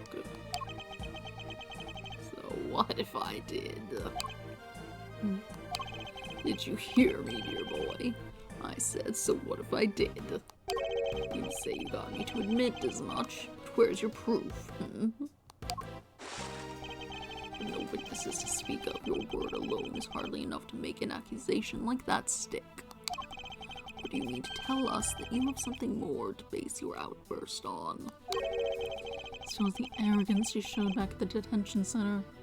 And yet... Mr. Edgeworth, I'm going to have to ask you to explain yourself. If that's alright, Mr. Chairman. Not at all. I'll be very interested to hear this for myself. Intrigued to learn where Miles might have gotten the idea that I'm some sort of criminal. Because you'll never find a more fine, upstanding citizen than myself. He has a lot of nerve acting all innocent like that. Very well, let's start at the very beginning. The fact that the auction took place right here in this hallowed trial chambers is a point of suspicion. A location that should by rights only be accessible to members of the committee. Yeah, they all have key cards to the room after all. Furthermore, these auctions seem to be held on a somewhat regular basis. And for that to be possible, There can only be one winning explanation. That's right, Mr. Winner. That the auctioneer is a member of the committee. What did you know? Like, what on earth is wrong now? What do I do, Dad? I played right into his hands. Oh, you did indeed, you utter nitwit. But Miles, my boy, you do realize you cast quite the wide net with your explanation. That's true. There are 11 members of the committee altogether. 10, given Miss Finger's unfortunate passing. 10 potential suspects in total. Well, it certainly isn't me. And it can't be the chairman, can it? Whoever it is, speak up right now. Calm down, all of you, please. Well, Miles, is that all the proof you got against me?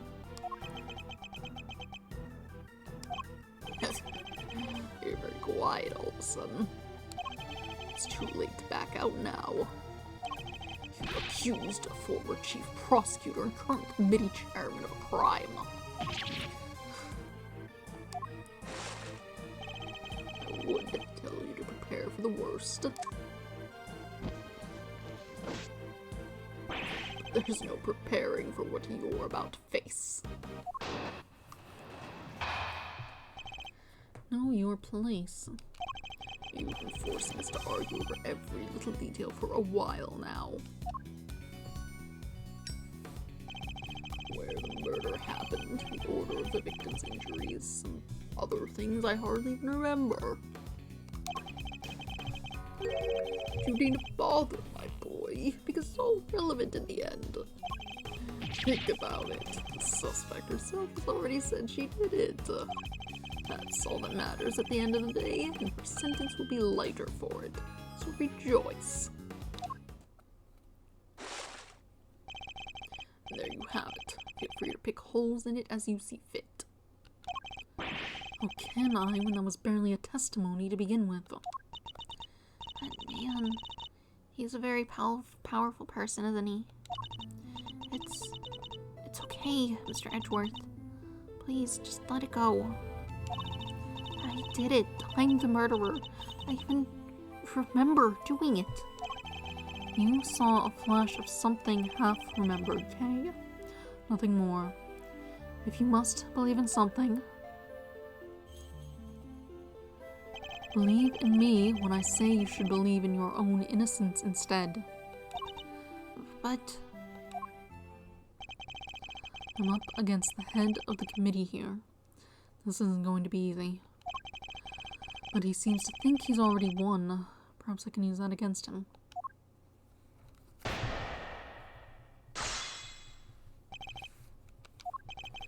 You're forcing us to argue over every little detail for a while now. Hold it! Even if the broad strokes are correct, it doesn't make something true. Oh, don't be such a stick in the mud. See, the bigger picture is more than enough here. After all, every case has its little inconsistencies and contradictions. If we let ourselves get bogged down in every single one, we'd never make any arrests. Once we did, the trials drag on forever. Even you understand that, right? Not in the slightest. Hence my inquiry into the details. Oh, to be so young and pig-headed. Anyway, you keep digging into these little details. Where the murder happened, the order of the victim's injuries, and other things I hardly even remember. Hold it! I seem to recall the ringleader's identity and the faulty coroner's report being critical points of contention. Yes, I was listening, my boy. But critical is a matter of opinion. How can you possibly suggest that such fundamental issues are not important? Perhaps it is your ability to make sound judgments that should be on trial here today. Oh, bravo, my young hothead.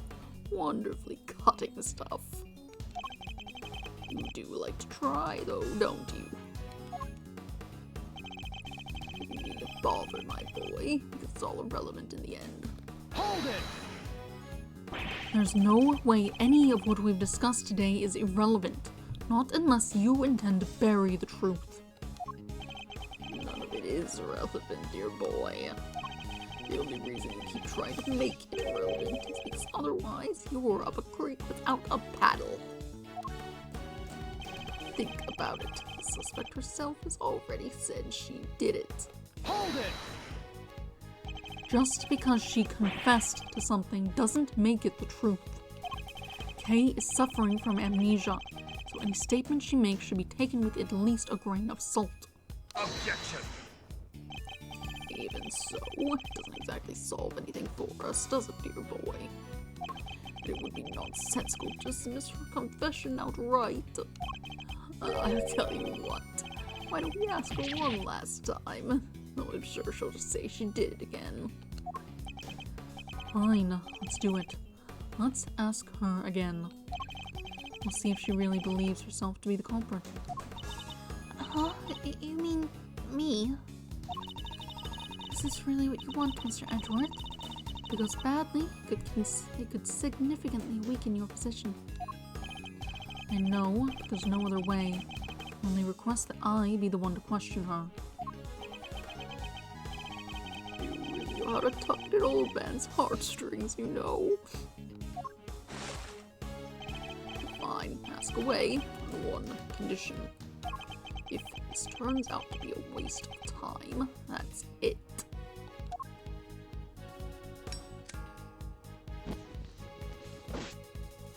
You'll call the proceedings to an end, then and there. Agreed. All the proceedings to an end? I mean, the hearing. Yes, dear boy, that's right. Perhaps you want to complete more muddlehead after all. Now, just so we're clear, if we ask again and all that happens is the girl confirms her guilt, she's officially declared guilty on the spot. Yes, that sounds like a great plan if I do say so myself. That's it. You just declare her guilty just like that. This isn't even her trial. This is something else. She doesn't have a defense attorney. That's the gist of it. It's a big risk. He's going to find a way to condemn her either way if we don't do something. Kay. Yes? I know it's a lot to ask. I need you to think. Do you remember anything else about what happened on the day of the murder? Anything that might help us prove your innocence? Why are you still fighting it, Mr. Edgeworth? It's no use. I can't be of help to you. I'm sorry. I'm too scared to try and remember anymore. What if I remember something even worse? And if I did, I'd just be making more trouble for you. Please, just accept it. Okay, you thought you knew. He's the dangerous criminal. criminal who let you down and betrayed your trust. Don't worry, Kay. You have nothing to be afraid of. I may not have known you for very long, but I know you well enough. And right now, I'd say I know you better than you know yourself. You would never commit a murder. You could never, because this is who you really are. Take that! You're the great thief Yatagarasu, a noble outlaw who would never stoop so low as to kill.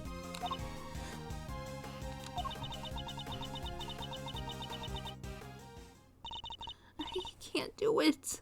I'm sorry. Because all I can see is the one memory that's returned. I have to face it. I'm... Hold it! No, the only evidence of your guilt is the confession they forced out of you. As I said earlier, you have to believe that you're better than that. Or are you saying you don't believe a word of what I've been telling you? No, it's not that. You're trying so hard to help me. You're risking so much for me. It's too much. You have to stop. I'm begging you. So that's what's going on. Thought it was strange, but now I see. The reason you're allowing yourself to be railroaded into accepting your fate is because of me, isn't it? Which is exactly what the K I know would have done. You're a good person, Mr. Edgeworth. Sorry to burst your bubble, but I'm not. I don't plan on becoming one anytime soon. Because despite all your wishes to the contrary, I'm still trying to help you. So you see, I've merely been servicing my own ego, regardless of what I put you through.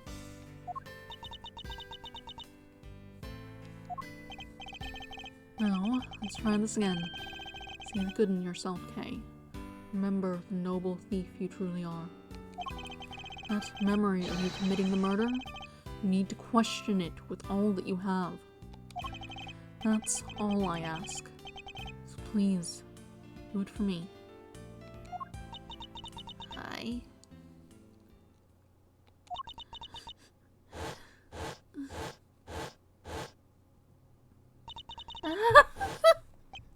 Kay!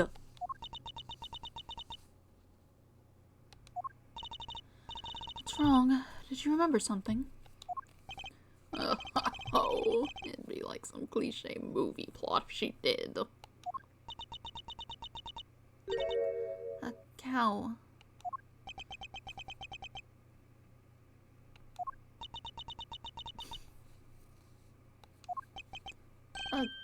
A cow? Mr. Edgeworth, if you could perhaps ask her for a few more details. Well, Kay, what can you tell us about this cow? I remember now.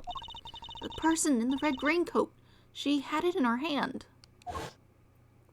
A stuffed cow. I can see it so clearly now. Are you sure, Miss Faraday? Are you absolutely certain? Yes, I'm sure. And this court acknowledges the defense's latest statements as new testimony. Objection! Have you lost your mind, Verity? We can't accept testimony like this. With all due respect, Mr. Chairman, information pertaining to the victim and her possessions is new and highly relevant evidence. Objection! May I remind you the adult state of her memory? No, this simply won't do. Addled, if we claim her memory is unreliable now, then our own argument is weakened, sir. You said yourself only a few minutes ago that thanks to the suspect's confession, we will not worry ourselves over the finer details, did you not? Were we to call the validity of her memories into question, then we must also call into question the confession on which our entire argument is based. Is that really the most advisable course of action? Yes, you're right. Proceed as you see fit then. Thank you, Mr. Chairman. We're still in the game, but only by the skin of our teeth. And only thanks to Judge Gravel's intervention. It's almost as if she was on our side for a second. Well, Mr. Edgeworth, stuffed animal. I believe the cow in question is this thing here, Your Honor. We found it in the storeroom. I believe it is yet another auction lot. Oh, I can look at it. Wait, that's... You know something, Gavel? No, it's just not what I imagined. I suppose it is a rather odd thing for the victim to have been carrying. I should look it over carefully.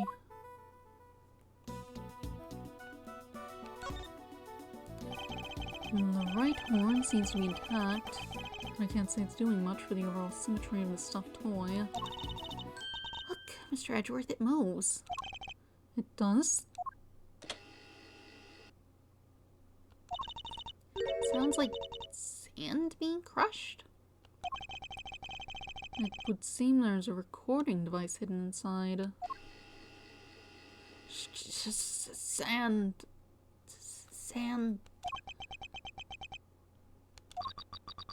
I knew it was you the moment I laid eyes on you. You can't hide that burn from me. Nothing to say for yourself. I've waited so long for this day, and now I finally have my revenge. They were using voice changers.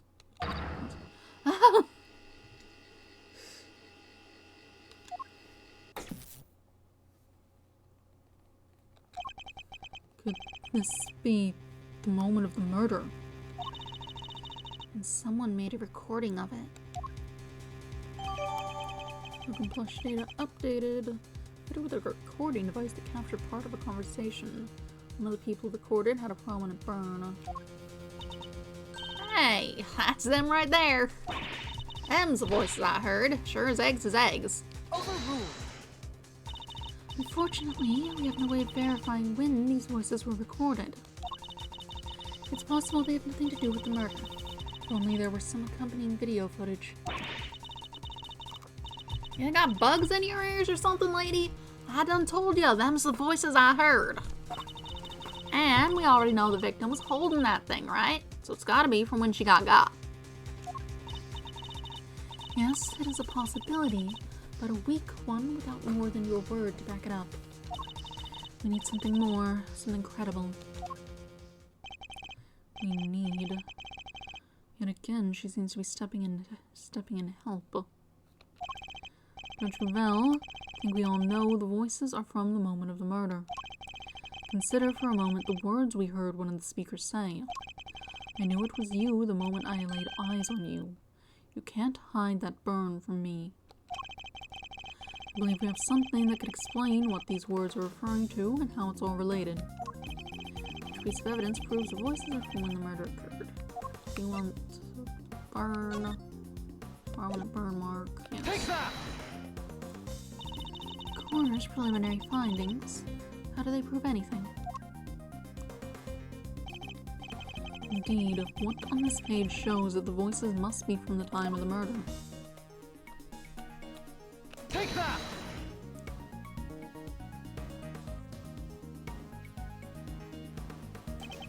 Think again on the words we heard. This part in particular sticks out in my mind. You can't hide that burn from me. The victim had a prominent burn mark on the back of her right hand. And what of it? According to Kay's testimony, the victim was carrying a stuffed cow toy. And a burn mark, an identifying mark unique to the victim, was mentioned on the recording it captured. Oh, it's just a coincidence. Stuff like that happens all the time, right? Overruled.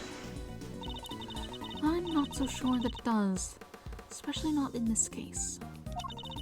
court accepts that the recording may be from the time of the murder. In which case, one of the two voices must belong to the real culprit. And based on the content of the conversation, it seems likely it's the one we hear the most. But that still doesn't tell us anything about the killer's true identity, or even if they're male or female. Due to the voice changer is correct. Unfortunate, but unavoidable. One thing, however, has become clear. We are now able to say that the voices Miss Hart heard were those of Miss Springer and her killer. Just like I done told you they was. We can say something else now, too. And let's hear it. That is, if you don't mind, Mr. Chairman. Do as you wish. According to Miss Hart, just before the murder occurred, two people came up to the storeroom from the committee chamber on the elevator. A ringleader and one of the auction attendees. It seems this was the point at which money exchanged hands. The murder happened immediately afterward, and the auction carried on after that. All of which points to one key fact. What else does this latest revelation tell us? Ringleader was the killer. Since the ringleader was the auction's sole auctioneer, it follows that they cannot be the victim. Hey, you fell. Not right now, Eustace. There's a good boy. And if they weren't the victim, then they can only have been the killer. Overruled. A compelling argument, but hardly conclusive. I'm fully aware of that, Your Honor. It's merely warming up for the main event.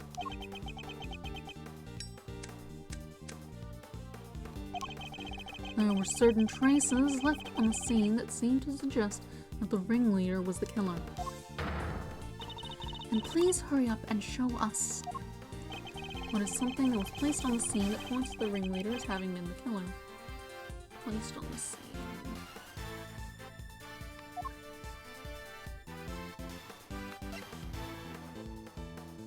I mean, the fact that she was wearing the outfit.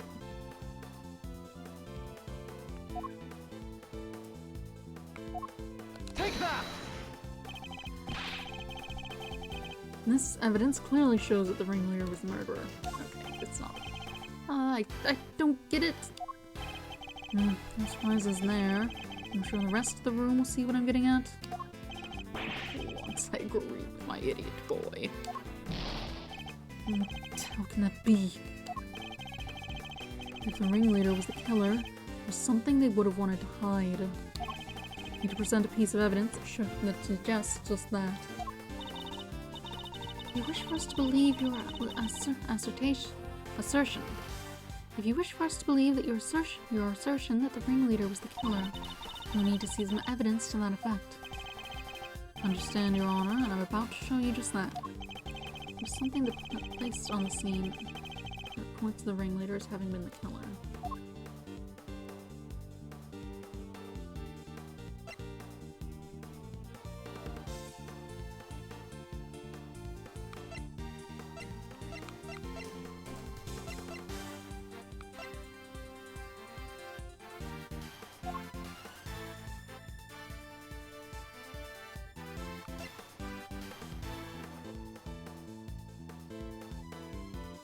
Do you want the...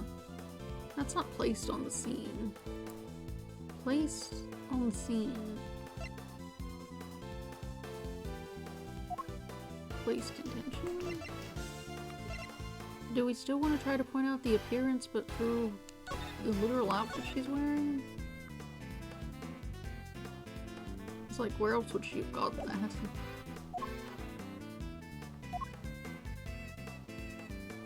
Take that! Okay, no. The outfit, whatever.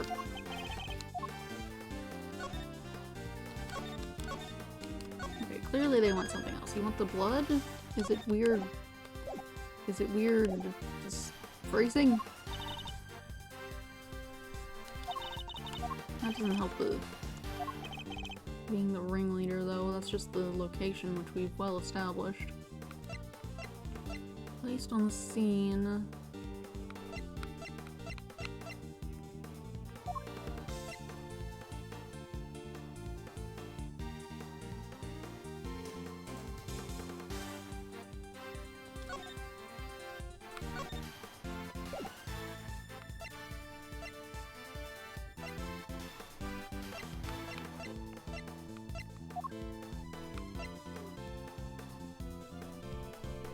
The Take box that! that was locked? No. What do you want from me?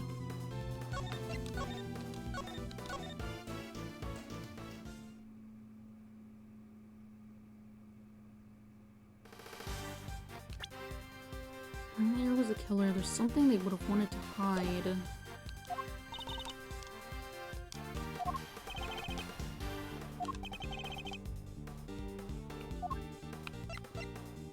I mean, they hid the blood. That's not placed on the scene. But is it what you're talking about? Take that! No. What do you want? Just on the scene, something they'd want to hide.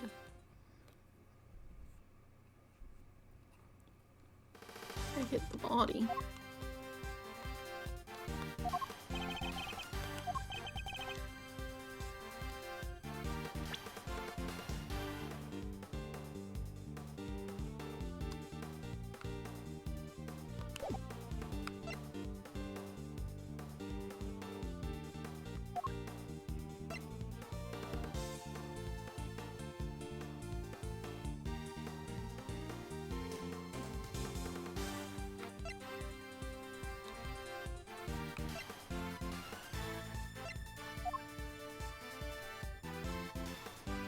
Oh, Take that! I was thinking of the wrong scene. the killer deliberately left a large pool of blood at the foot of the Goddess of Justice statue. It was due to that blood that we originally thought that the murder had happened in this chamber. But it was simply a ruse, designed to cover up the blood that had dripped down from the storeroom. In order to conceal the existence of the underground auction, correct? Correct. If the culprit had nothing to do with the auction, they would have had no reason to cover up that blood. Which further supports the theory that the ringleader and the killer were one and the same. And as to the identity of the ringleader, do you have anyone you would like to name? The auction is always held in this committee chamber, with its storeroom located just overhead. So at the very least, we know that the murderous ringleader has some connection to the committee. Yes, yes. You suspect me, correct? As the committee's most powerful member, that should hardly be a surprise, right? Objection! You're a fine prosecutor. That much I'll give you. But as I think I may have mentioned already, you're also hopelessly naive.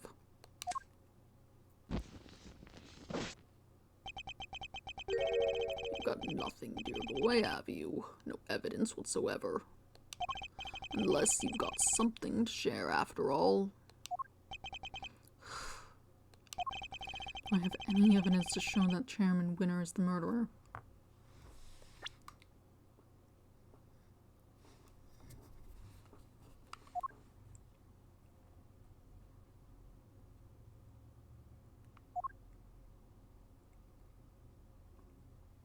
I don't know that we do right now. It was Chairman Winner himself who brought up the fact I suspected him. And he seemed confident right from the get-go that he's untouchable. Which means he knows. He knows I have nothing. Oh, well, Miles, my boy. Time to pay the piper. I've always wanted to say that.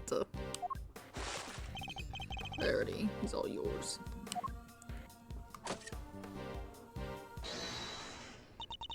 Wait, dang it. I just remembered something. Do you have amnesia too? No, it just came to me. Flash of inspiration, you know how it is. Very well, say your piece. Objection! What are you doing, Verity? Mr. Edgeworth has made it clear that he won't give up until every last lick of hope has been extinguished. So extinguish we must, lest he try to drag us through this excruciating process again in the future.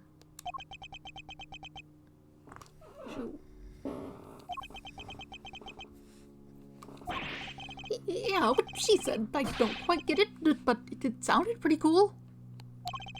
Don't worry, Dad, I'll help Gavel bring this to a winning finish. We'll show them how wrong they are.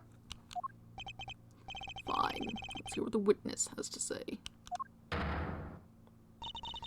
You heard the chairman, Miss Hart. If you would be so kind. Well, alright then. Here goes nothing. The facts, Miss Hart. And nothing but the facts, please. Don't you worry your pretty little head on that front. I'm a journalist. Truth's my middle name. Ellery officially worried. So, the ringleader's the killer, right? Which makes the victim one of them auction goers. Thing is, that don't add up. I counted 11 people coming up and come down that hatch, see? Then, the murder happened, and then the auction started back up again. Now, I had me look back downstairs right after that. No. Wouldn't you know it? There were 11 little duckies all lined up in a row again. How? And you're sure of this, Miss Hart? Sure as sure can be, your gowlship. Saw with my own two peepers.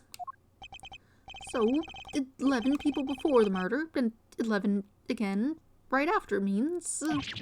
wait, that's the thingy. Contradiction, Eustace. Do try to keep up. Miss Hart, did nothing really change at all? I done told you already. It carried right on again like nothing even happened.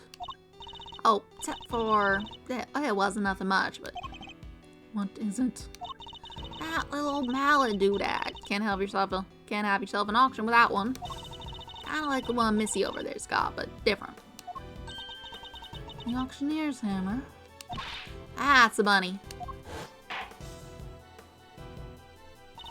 I done heard that thing banging and clanging right the way through, and then nothing, just like that.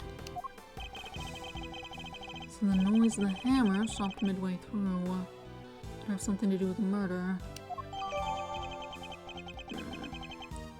Yeah, updated.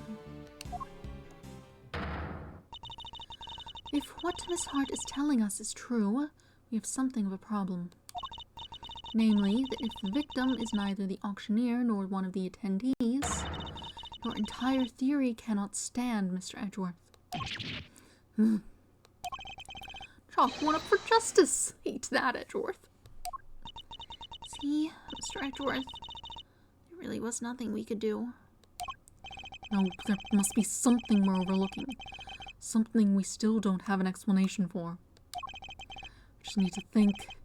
If I can't, Kay is... Alright, kids, do we finally have all our answers now? If so, then I expect you to make good on... One moment, sir. I worry that it might still be a little early to pass judgment.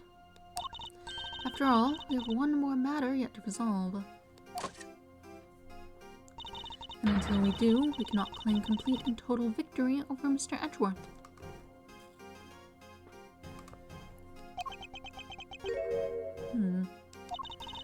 Is that not so, Mr. Edgeworth?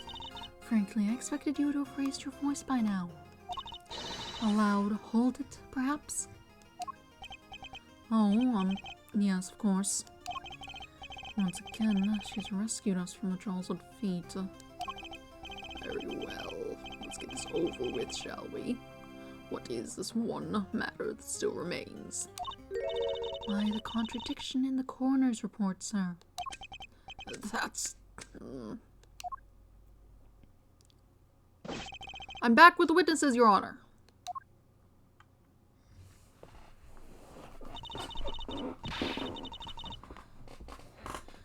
What's this all about? Why'd you call us back down here? Did somebody suddenly fall ill? I'll have a compress ready to shake out. This better be good. Did somebody else drop dead? Well, they might soon wish they had. Dr. Hertz, Miss Needler, thank you for coming on such short notice. Let me assure you, this won't take long. Quit trying to butter me up and cut to the chase, will ya? Of course. We summoned you here to confirm something. What is Judge Gravel up to? Dr. Hertz, this court asks that you provide the unabridged truth regarding the following. Do you stand by your preliminary findings? Can you vouch for their complete and total accuracy? Grandma doesn't make mistakes, ever. That's strange. Huh? What do you mean? In the course of this trial, an error was indeed found in her report. And so I ask again for the truth, Dr. Hertz. Did you alter, tamper with, or in any way falsify your findings? That's awful! How can you even say that? What are you asking me for? What the heck would I want to do? What the heck would I want to do that? Why is the word? To help the true culprit, of course. As if I'd know anything about all that. I just know I didn't do anything of the sort. Then that seems doubly strange. What other explanation could there be for the discrepancy in your report? Mr. Edgeworth, I wonder if you might have any thoughts on the matter? It's not like you to be coy, I must say. Why does she keep taking charge and helping me? I still don't know what she's trying to do, but I'll happily take what I can get.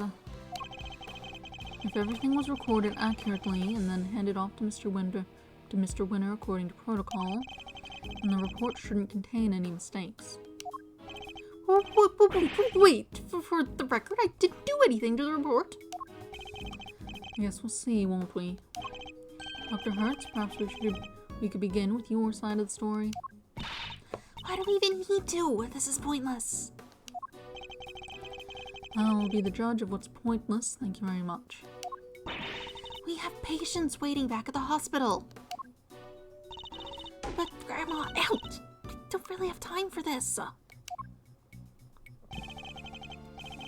Won't you please help us?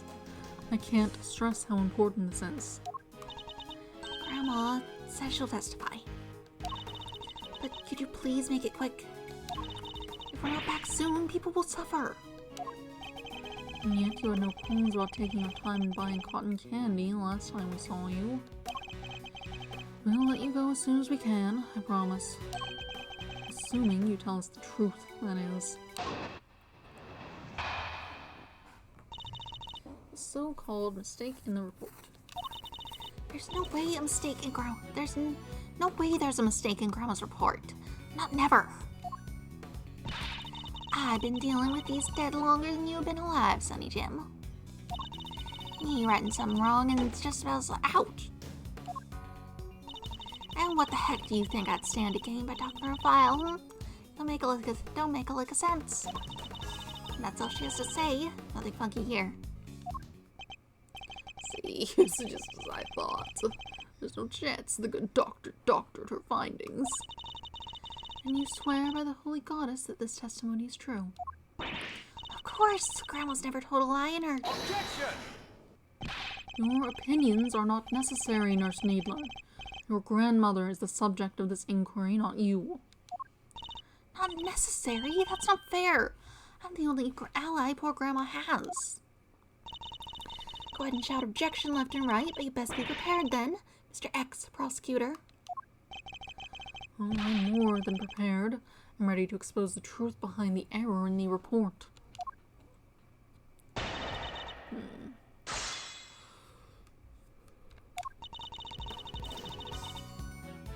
Hold it! Never. You're saying that Dr. Hertz is infallible. She has to be. The doctor can't afford to make mistakes.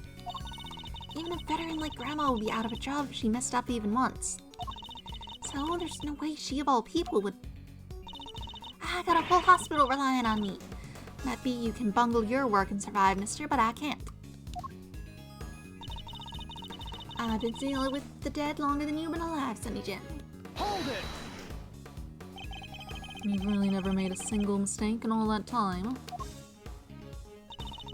Doctrine's all about experience. The longer you've been at it, the better you get. If only the same was true of prosecuting. Chairman Winner would be the best in the business. I think we can all agree that that's not the case.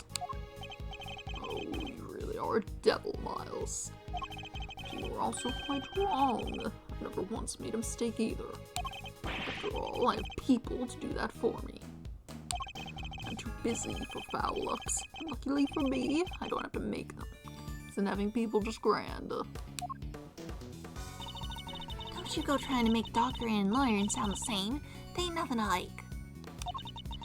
Nothing alike, I tell ya. Me writing something wrong is just about as likely as— ouch! Hold it! Why are you interrupting? The victim appears to have put this raincoat on after sustaining the head injury. And yet, there was not a single drop of her blood in the chest area of the raincoat. Therefore, she must have been hit on the head before she was stabbed in the chest, making it pre-mortem. Oh, that's— ouch! I don't need you to teach me how to suck eggs, young man.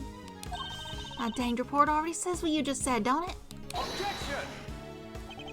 The report states that the head injury appears to have been sustained post-mortem, which is the exact opposite of what I just said.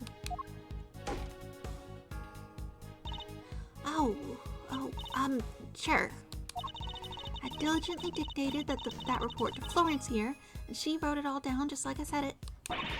If something happened to it after, weren't nothing to do with me. You dictated it. If you could please tell me more. I diligently dictated that report to Florence. Anything after weren't nothing to do with me. Hold it! Just so we're on the same page, what were your conclusions regarding the body? Well, like I said, ouch! Sorry, it was some death from a good hard knock to the noggin. And can you say for certain when that knock happened, Dr. Hartz? Pre-mortem, of course.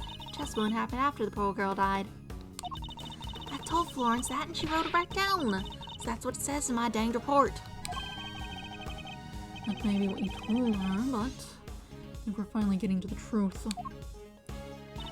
And what the heck do you think I'd stand to gain by doctoring a file, Don't make a lick of sense. Hold it! You may not have stood to gain anything from it, but what about your granddaughter? Me? I didn't stand to gain anything either. Never mind her. What about your little friend over there, Seems she'd stand to gain something for sure. Look at you trying to accuse my sweet innocent Florence of wrongdoing.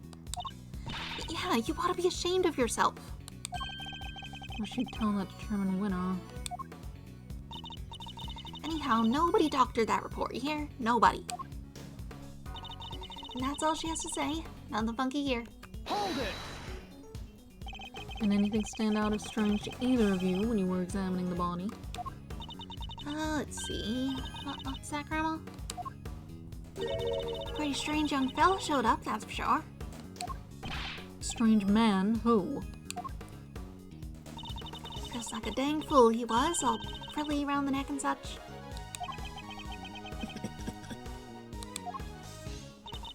And the dangest thing of all, even though we all knew the idiot boy was about to get fired, he still insisted on messing with my scene. That's right, I'm talking about you, Mr. Ruffle-necked Ruffian, crimson-suited creep. Oh, so Mr. Edgeworth is a ruffian and a creep. Those are not words you need to commit to memory, Kay. Dr. Hertz doesn't sound like she's lying. No. But she can only communicates through her granddaughter. She's probably trying to make sure that Nurse Needler is being truthful too.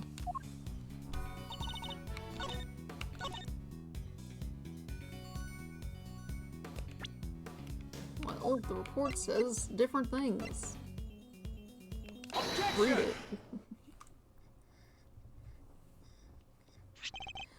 Dr. Hertz, I'd like you to take a look at the report for yourself. Oh, I'll read it. Ouch.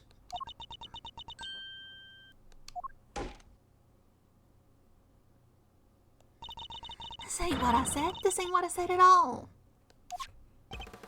What do you mean exactly?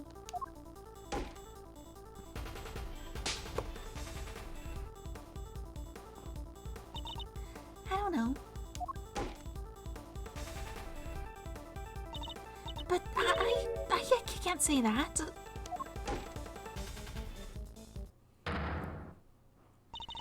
Miss Needler, if you are attempting to bury Dr. Hertz's truth, I will gladly hear her confession myself on behalf of the Goddess of Justice.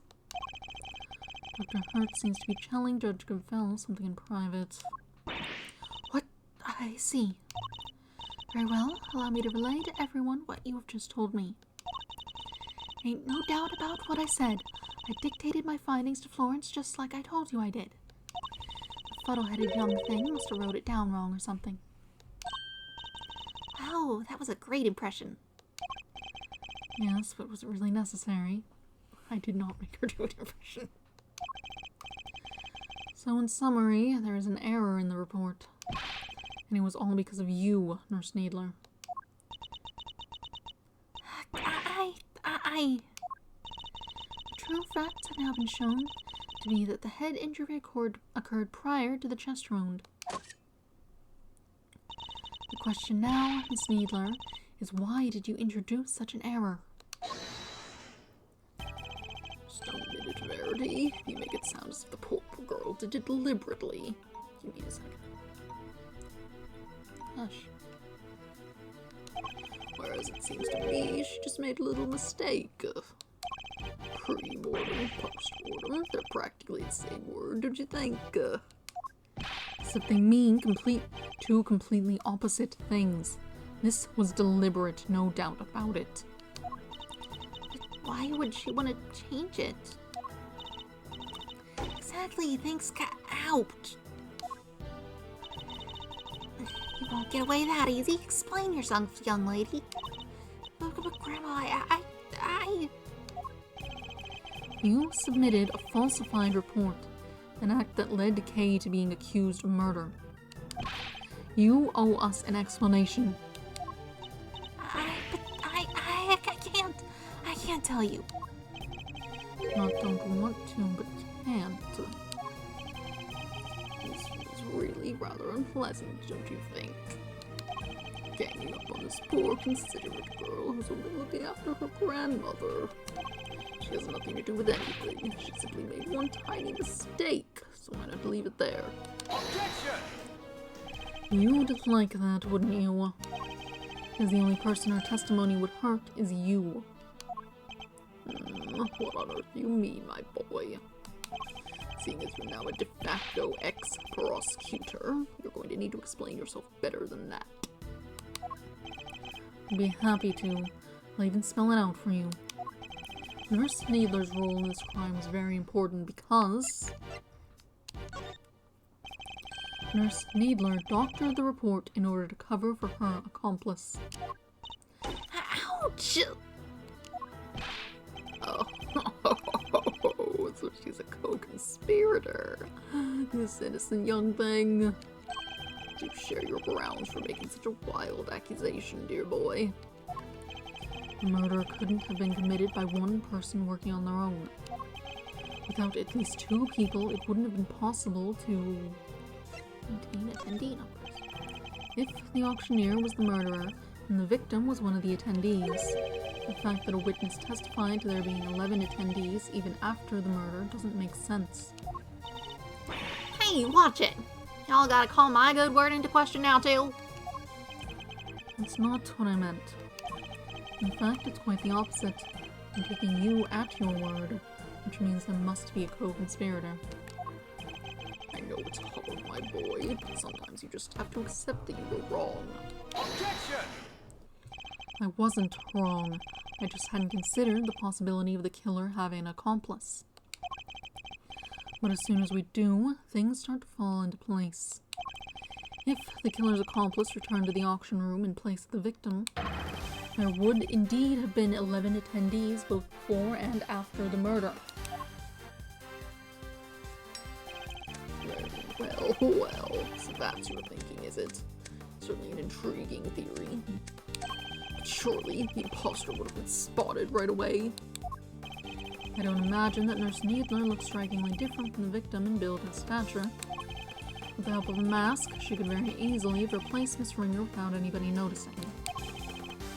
Well, Nurse Needler, if that what happened, did you take the victim's place at the auction? I wouldn't do something like... Now tell us, the ringleader. Who were they? I can't tell you. I just can't. It hurt Grandma too. Ow! But Grandma... Don't you worry about me. I can take it. You just tell me everything, child. But... Grandma! Oops. I was right. She was an accomplice. Miss Needler, why? Well, Miss Needler, can you explain yourself? Yes. Oh, thank you, Grandma, but I'm alright now. I confess it. I changed places with Miss Ringer. So you admit that you were working with the ringleader? Yeah, I was helping them. I don't know how, but they found out Miss Ringer was going to attack them. The culprit was going to be attacked by the victim. They seemed pretty sure it was going to happen that night, so they made a counterplan. They wanted to strike first, and they wanted me to help them. I was told to go to the storeroom before the auction began and wait there. Now hold on right there, Missy. I didn't see nothing. My eyes don't lie. If you'd have been there from before the auction, I would have bumped right into you. I was there the whole way through, and you weren't there for a bit of it. But I'm not lying. Well, that's easy for you to say, but you were lying about altering that report only a few minutes ago. Objection! I think we're all well aware of the number of potential hiding places in that storeroom. Where exactly are you trying to say our friend the nurse was hiding? Nurse Needler hid here while she was waiting in the storeroom. Take that!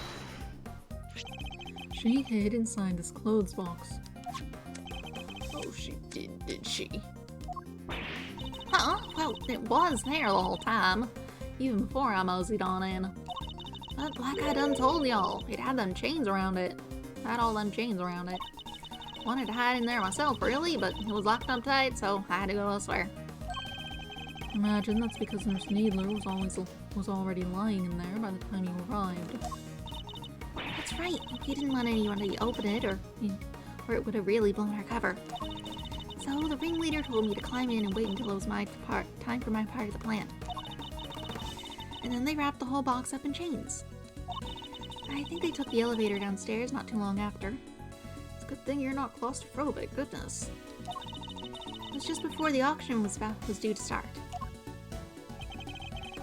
So, as the auction was beginning, you and Miss Hart would have been the only people in the storeroom? Yeah, I think so. The auction proceeded as it always did, until a certain customer came upstairs to complete her purchase. That was when the incident occurred. Miss Hart overheard the victim and the culprit exchanging words around them. You betcha! I was behind the statue there, shaking like a dang leaf the whole time. In the middle of their quarrel, Miss Ringer was killed by the auctioneer. Imagine that the auctioneer then carried Miss Ringer's body over to the clothes box, from which Nurse Needler emerged and swapped places with the victim. After placing Miss Ringer's body inside the box, Nurse Needler's role was now to pretend to be Miss Ringer. The two of them then returned to the room below as if nothing had happened.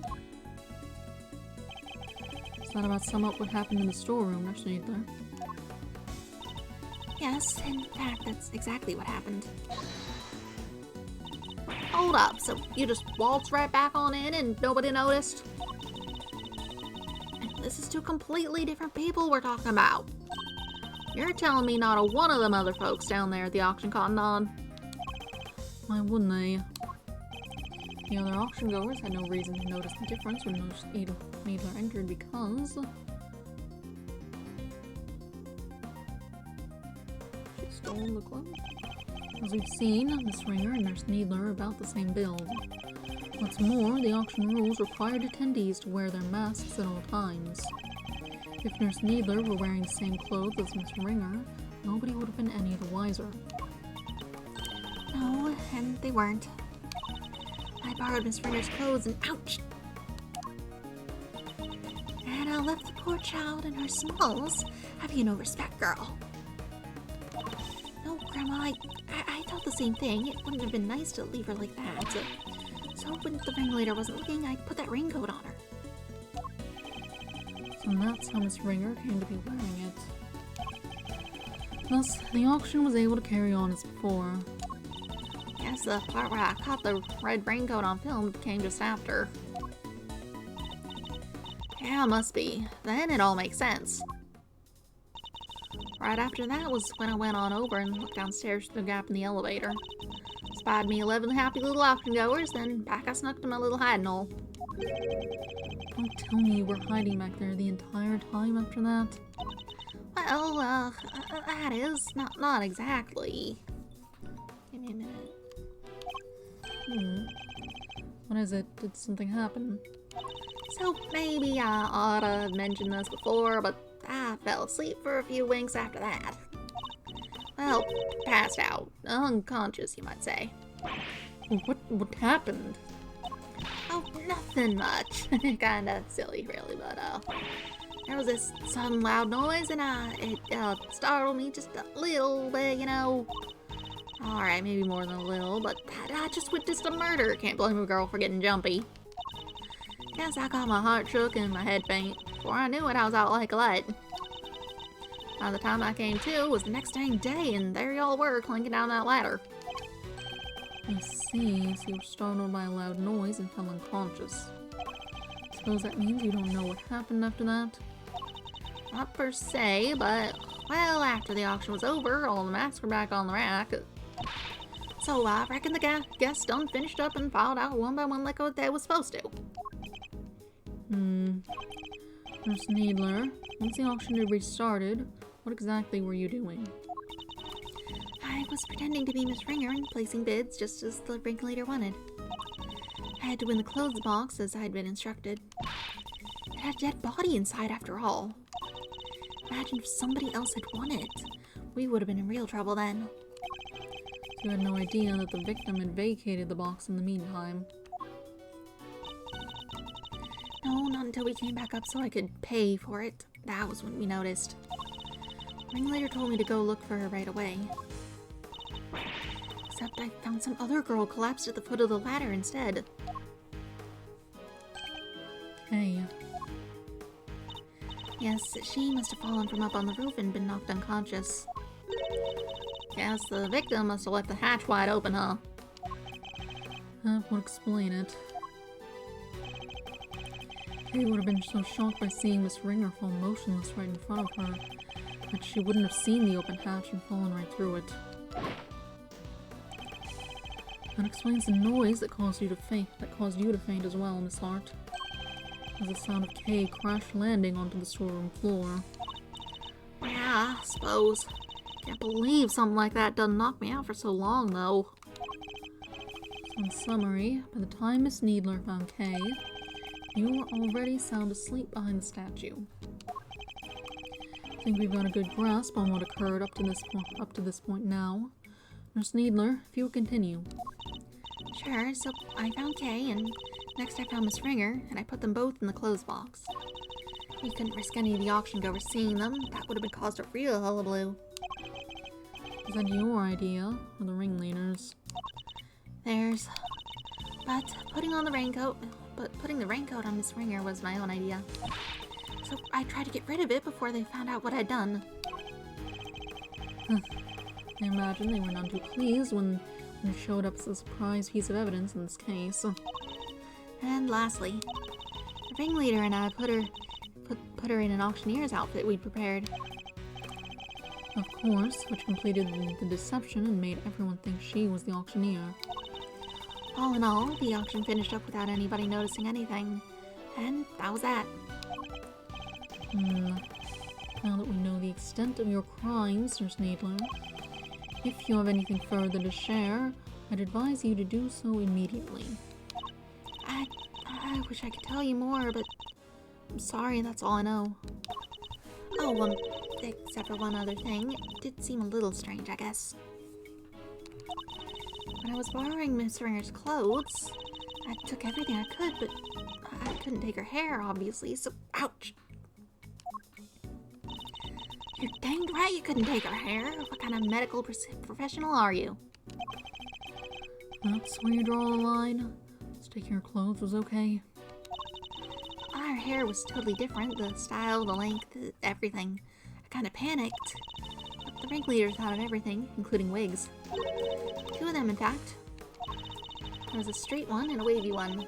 They were both stashed in the clothes box. 2 wigs, but why? Right? I wondered that too. I thought maybe they were worried she might have changed up her style. Anyway, I took the straight one. That was the one that matched her hair on the day. Leaving a wavy wig in the box.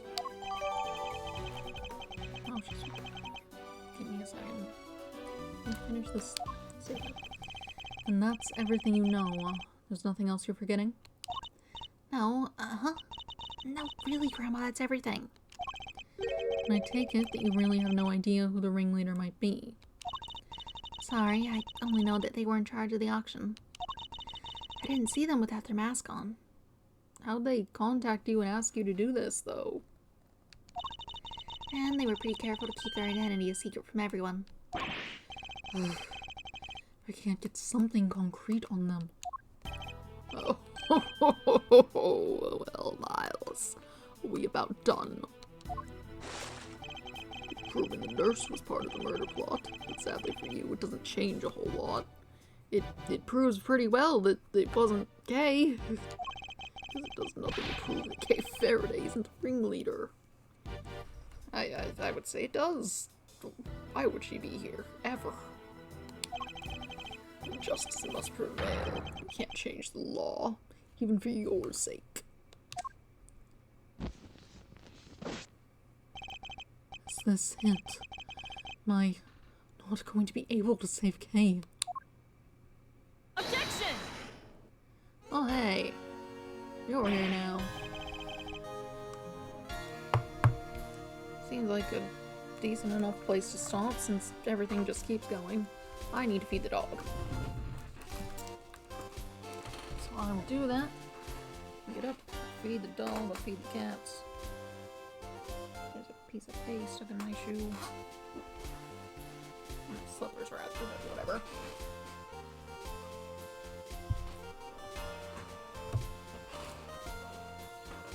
Right.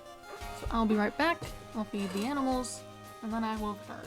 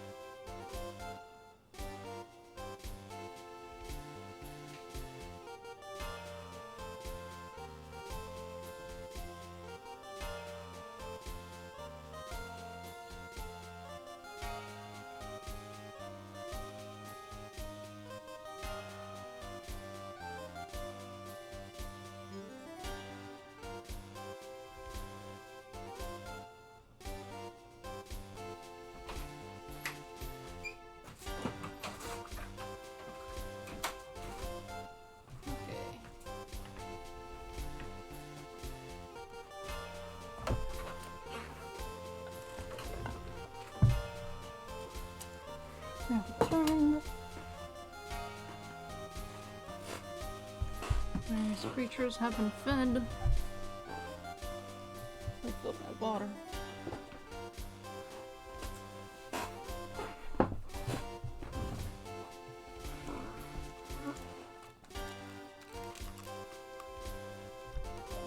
There we go. Now, this goes here.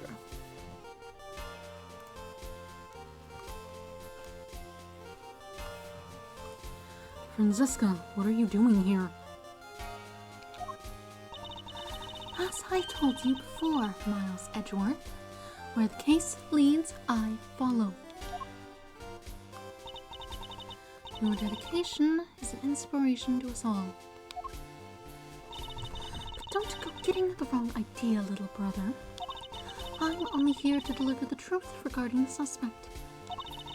I'm certainly not here to forgive you for abandoning the way of the prosecutor.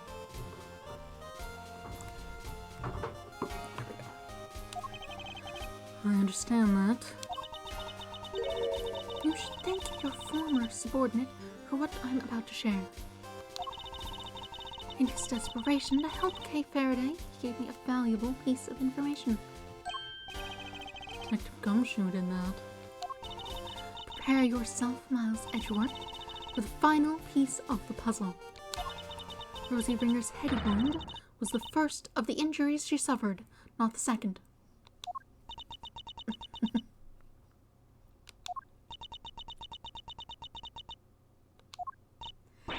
Well, someone say something. Yes, there's no easy way to say this, Franziska, but we already proved that ourselves. You what? Yes, just a few minutes. Ow! Well, why didn't you say so sooner? You didn't exactly give us a chance. And I suppose you know about the murder weapon too? No, not yet. Good. Then listen up. The victim was struck on the head with a blunt object bearing a circular surface. And the wounds to the chest were actually inflicted post-mortem. Circular surface. Objection! And you're certain of that, I assume. Your sources are above board. Two trusted medical professionals reached the same conclusion independently. You couldn't ask for more. Objection! That's certainly good to know. Unfortunately, you're overstepping bounds. Of what? I am the prosecutor in charge of Interpol's investigation into the underground auction. And this murder occurred during that auction. It would be negligent of me not to pursue leads pertaining to related parties. Especially the victim.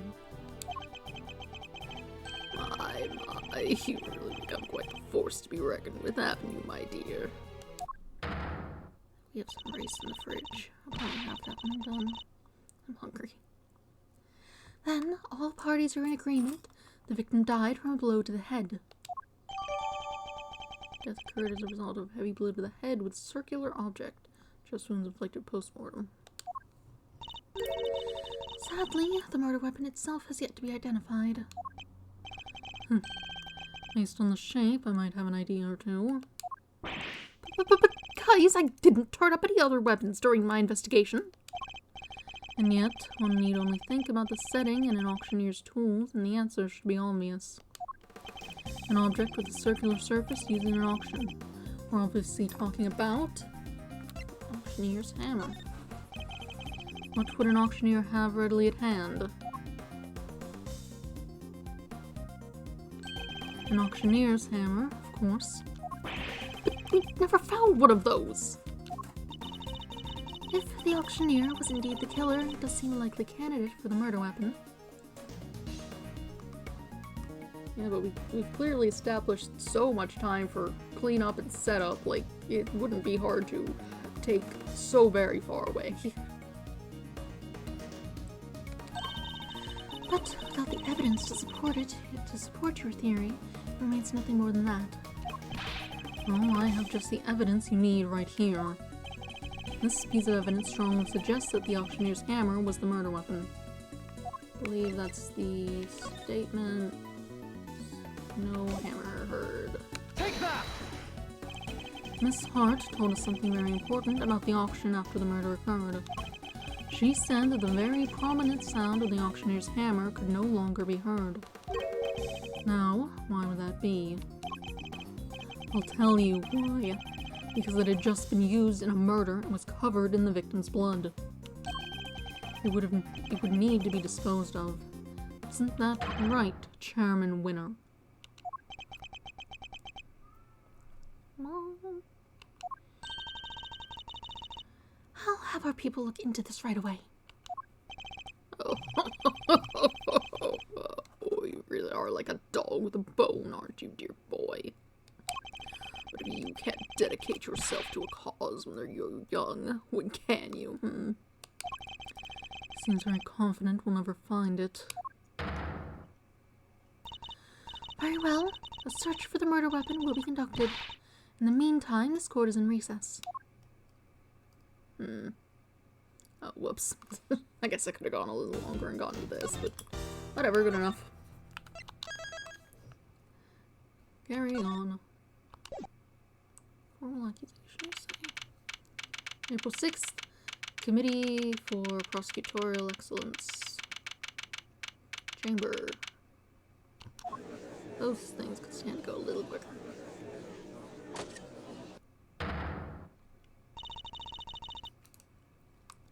Silence in the courtroom, please. Miss Von Karma, if you would be so kind as to update us on the progress of the search. It's not good news, I'm afraid. The entire big building has been searched from top to bottom, and no auctioneer's hammer was found anywhere. That is bad news indeed. Then we have no choice but to move ahead with the verdict. Such a terrible shame. I suppose only a fool would have left a murder weapon behind. It's certainly not what I'd expect from a first-rate criminal mind. No, there's just not enough to work with here. I can't carry us any further on my own. Yes, it really is a tragedy, but such is life, I suppose.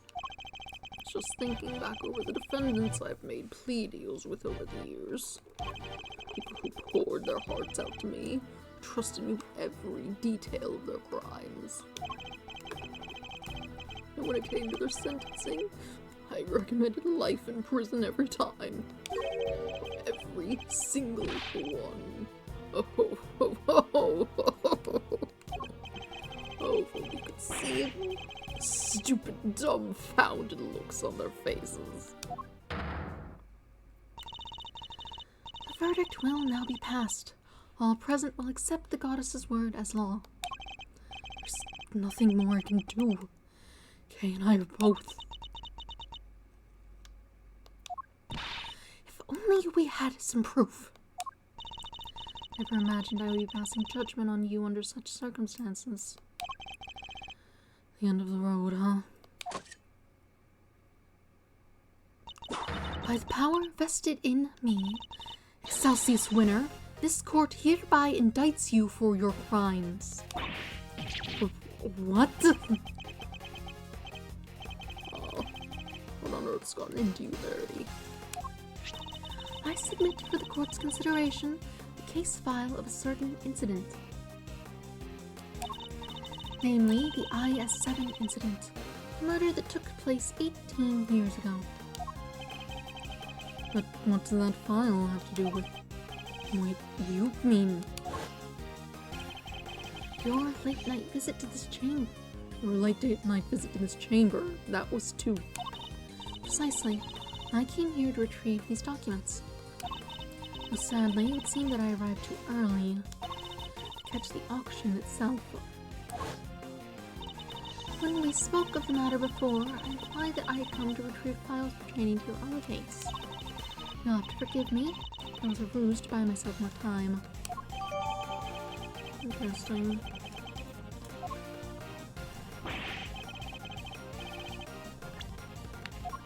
Let's see what you got here. Years ago, a man from Karma, treasure where it already crossed. Right, it's that one. What do we need this for?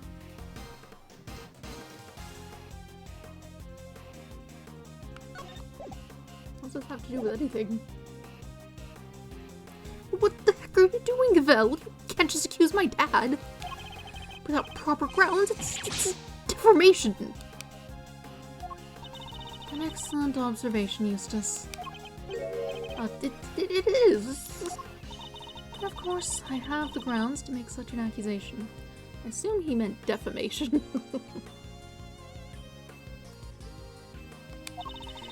18 years ago, Mr. Manfred von Karma had some details about the victim's body fabricated.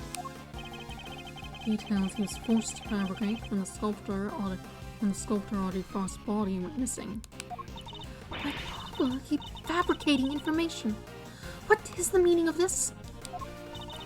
Ian Sideman, the detective originally assigned to the case, did in fact report that the body had gone missing. However, it seems a certain someone wasn't very pleased with Mr. von Karma and deliberately withheld that information in order to bring him down a few pegs. What? This individual refuses to allow anyone to go against their wishes or challenge their power. And they're known to go to extreme lengths in order to bring those who defy them to heel. 18 years ago, they were no different. In fact, they even ordered Dr. Hertz to create a fake autopsy report for the IS-7 incident. What? She was responsible for the fake report. Oh wait, you have to understand, Grandma, she's not a bad person. She had to do what he said. She didn't have any other choice. He? The person in question was the chief prosecutor at the time. Chief prosecutor 18 years ago? No! The man who gave Papa the first penalty of his career. Excelsius winner. It was you. Objection! What are you talking about? My dad would never do something like that. Overruled. I'm sorry, Eustace, but your opinion on the matter is not needed here. Well, Chairman Winner, do you have anything to say for yourself? All that nonsense with the body was Manfred's doing. Mr. Willful boy. Fake autopsy report. Hilda, how could you? I can't believe naughty kids would do such dishonest things behind my back. Hold it! We could just ask her why she did it. She is standing right over there after all. Wait, Grandma can't. She's ouch. Grandma, I'm sorry. I knew. That's why I. Right, exactly. If I didn't, everybody would have found out about what you did. They said he was going to charge you if I didn't help them with their plan. He said I just had to do what the auctioneer said.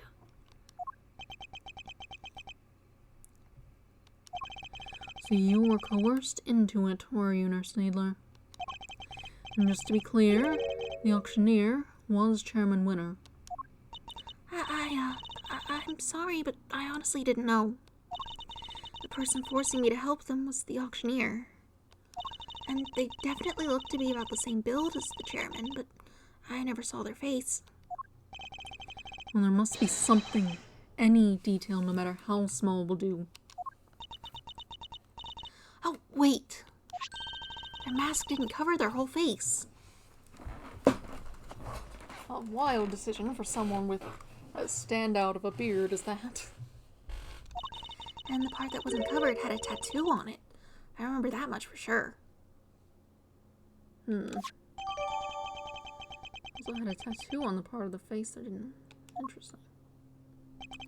A tattoo. Objection! This all sounds very dramatic, but I really don't know what you're talking about. There's no tattoo anywhere on my face. I think I'd know if there was one, wouldn't you? I'm not sure we would. A lot of it's covered. Which means I can't be the ringleader no matter how much you might want me to be. only hope you can figure out who this shameless manipulator might be. Overruled. Your contempt for this courtroom is an insult to the goddess.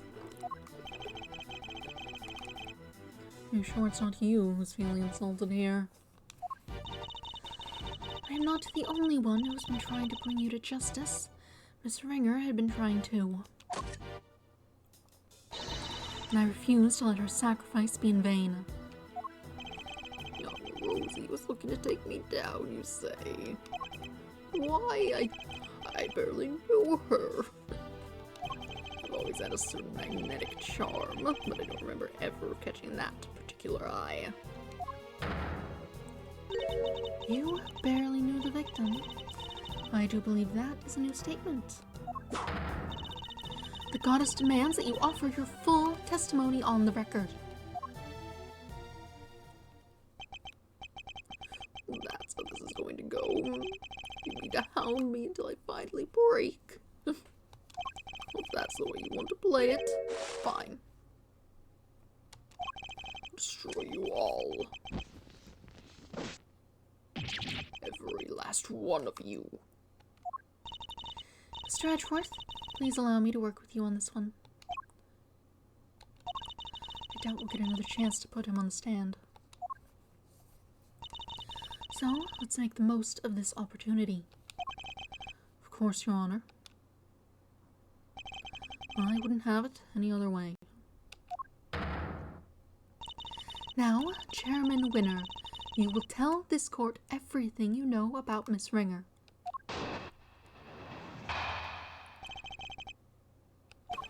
Young Rosie was a member of the committee, of course. We never really had any personal interactions, at least none that I remember. I had no motive to murder that poor girl whatsoever. I have absolutely no idea why she was after me. So you don't mean to accept your part in any of this? Of course he doesn't. He isn't guilty. How could he be? He's my dad, the winner of winners. That's very kind of you, Eustace, but you'll need more than mere words if you plan to cover for me. Right, you got it. I won't let them pin this on you. I believe in you, Dad. You'll beat Edgeworth. I know you will. Yes, yes. You really are such a sweet, simple child. He really loves his dad, huh? But that's no excuse for him to ignore his father's crimes. No matter how much he respects him. Regardless of their station in life, all criminals will be made to atone for their sins in time. This won't be easy on Mr. Winner. But it has to be done. We can't let his father get away with this.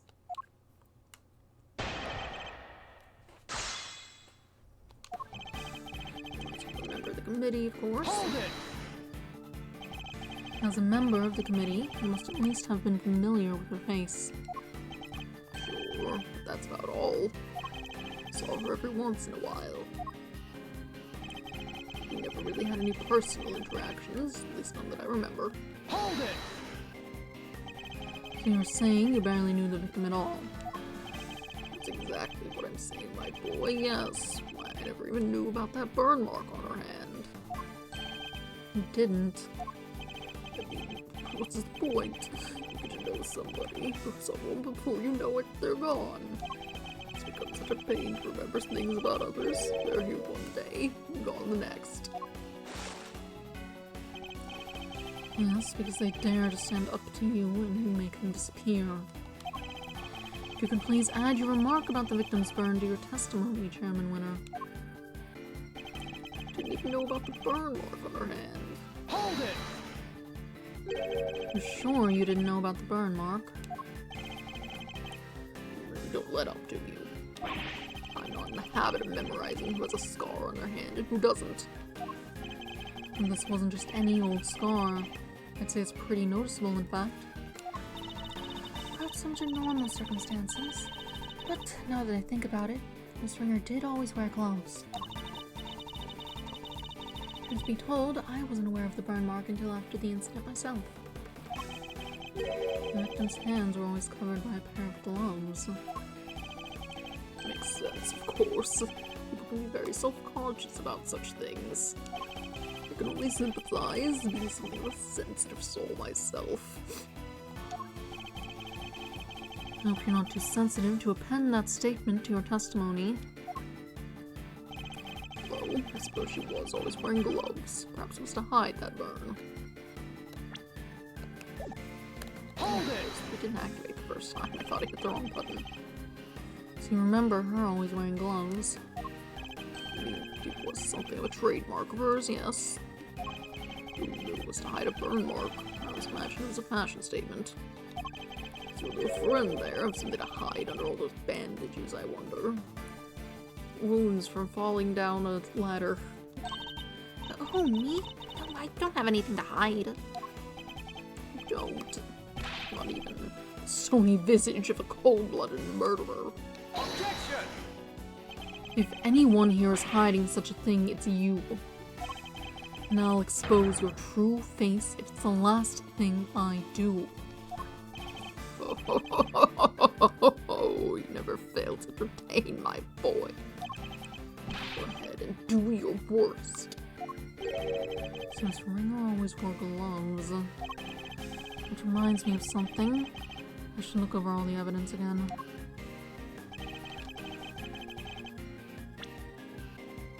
It's not about those clothes.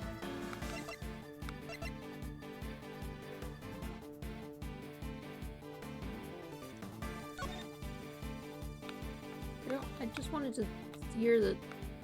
I wanted to read it. I kind of hoped it wouldn't be look at this thing and more.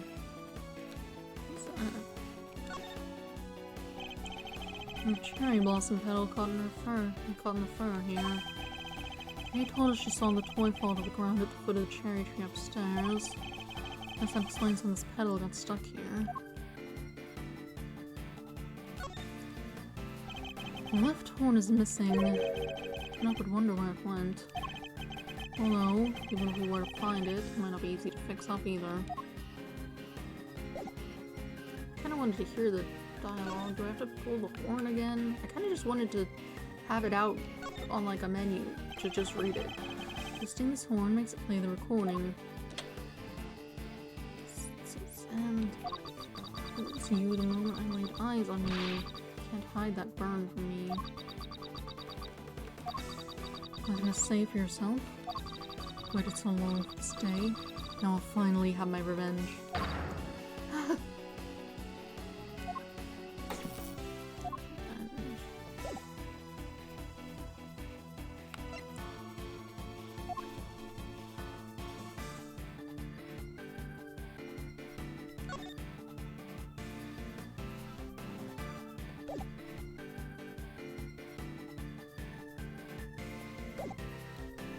Hold it! You never had any trouble with her professionally. Oh, don't be so silly, my boy. Far too important these days for such trivialities. And by all accounts, her work was unimpeachable. Besides, our differences in standing meant we hardly even interacted. But that doesn't prove you didn't kill her, does it? Well, you would say that, wouldn't you? Anything to save your little friend, Certainly seems that Miss Ringer had some personal interest in you, at least. Indeed, indeed. I can't for the life of me imagine why. So bad, so sad. Without a motive, you can't logic your way into pitting this on me. I have absolutely no idea why she was after me. Hold it! You have no idea at all as to why she was after you. Let's see now. It's because Dad's a real catch. I suppose you could say that, yes. The administrators, they come, and they go again.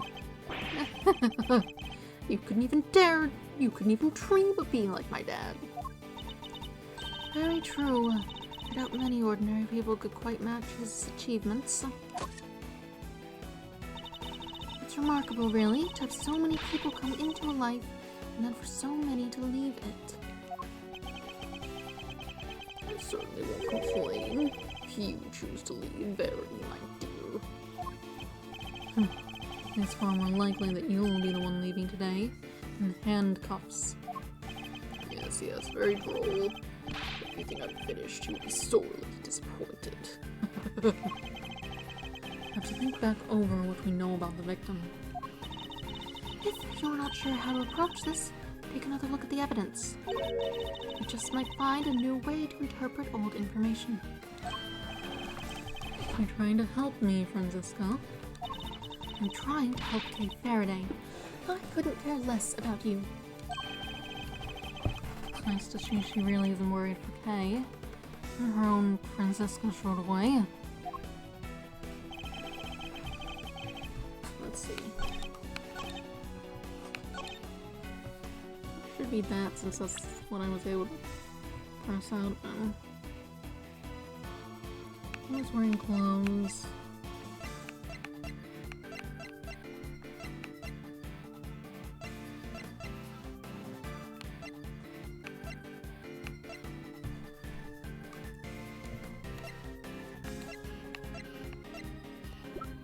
Oops, that's the wrong thing.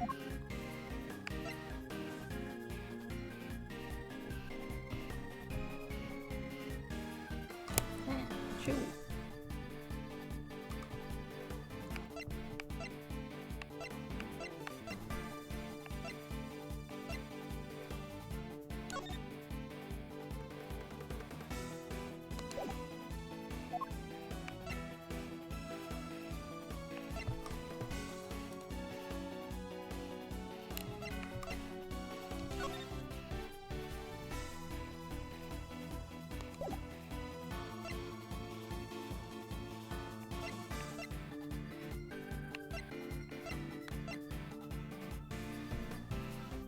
Fingerprints and blood on the hood.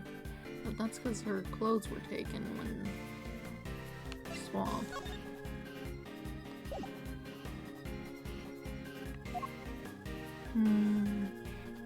Always wearing clothes. Make sure you get precious thing back.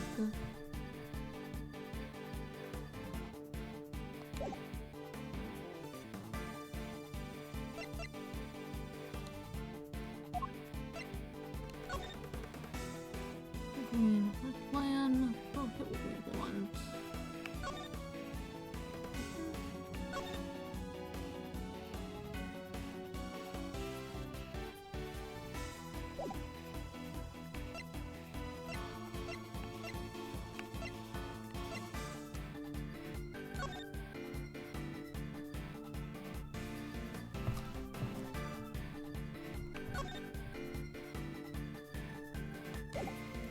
Let's see.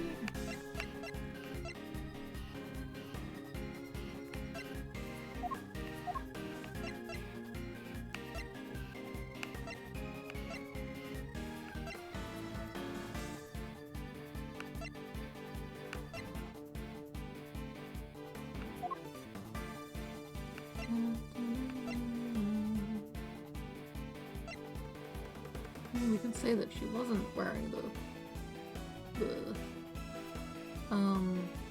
any gloves at this point, but not sure how helpful that is as a statement.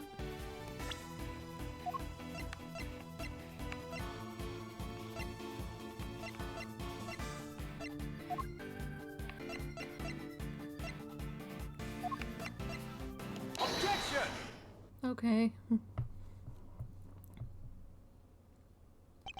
So Miss Ringer always wore gloves.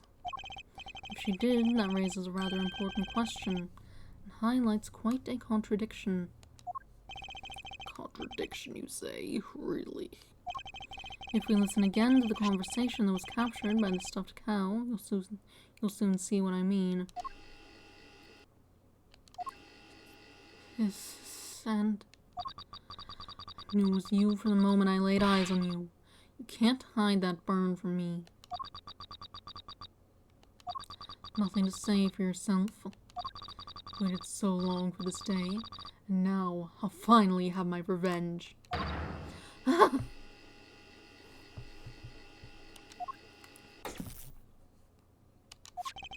We can be reasonably certain that what we just heard is the moment the victim was attacked. I knew it was you the moment I laid eyes on you. You can't hide that burn from me.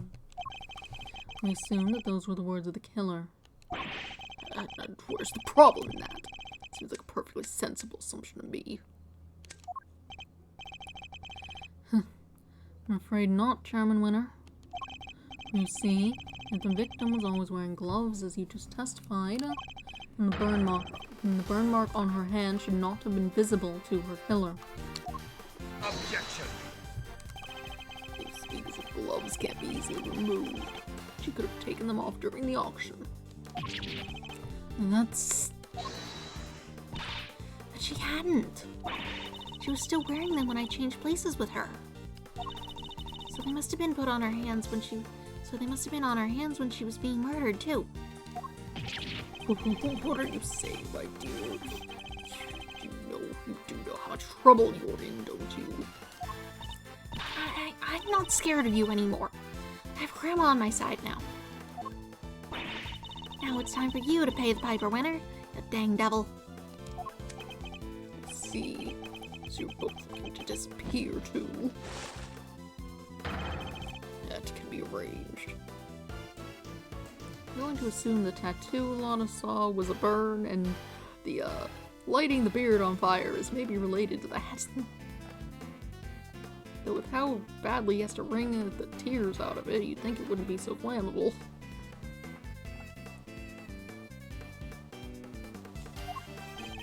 Not this time, Excelsius Winner. The only person disappearing will be you. Objection. Hey, you can't talk to my dad like that. Who cares if the burn was covered up? Why does that even matter? Objection. Oh, it matters. Because it turns our understanding of the burn mark on its head. What do you mean? What can the fact that the victim's burn mark was covered up possibly tell us?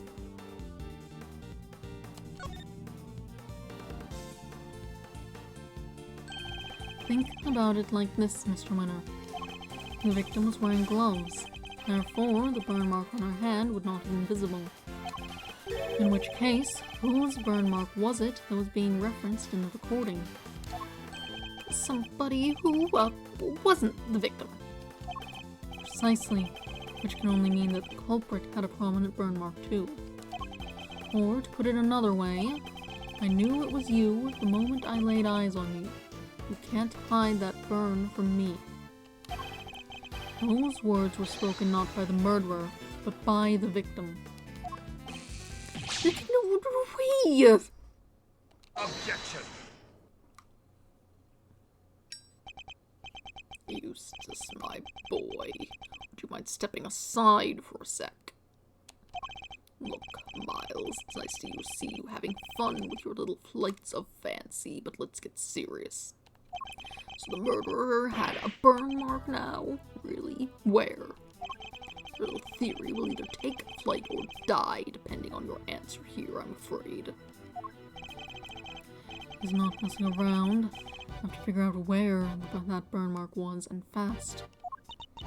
I wonder where it could have been. All of the auction people were wearing disguises, right?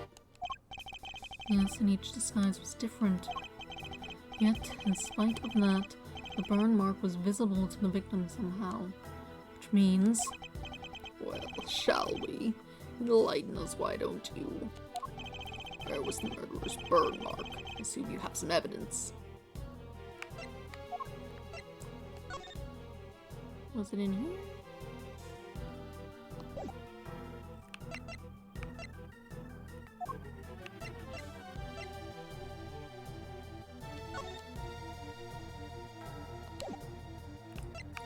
Oh. What piece of evidence says that? It should be the piece that says where Lotto was like, oh, he had a tattoo on his face, but oh, that doesn't say that in here. That doesn't help.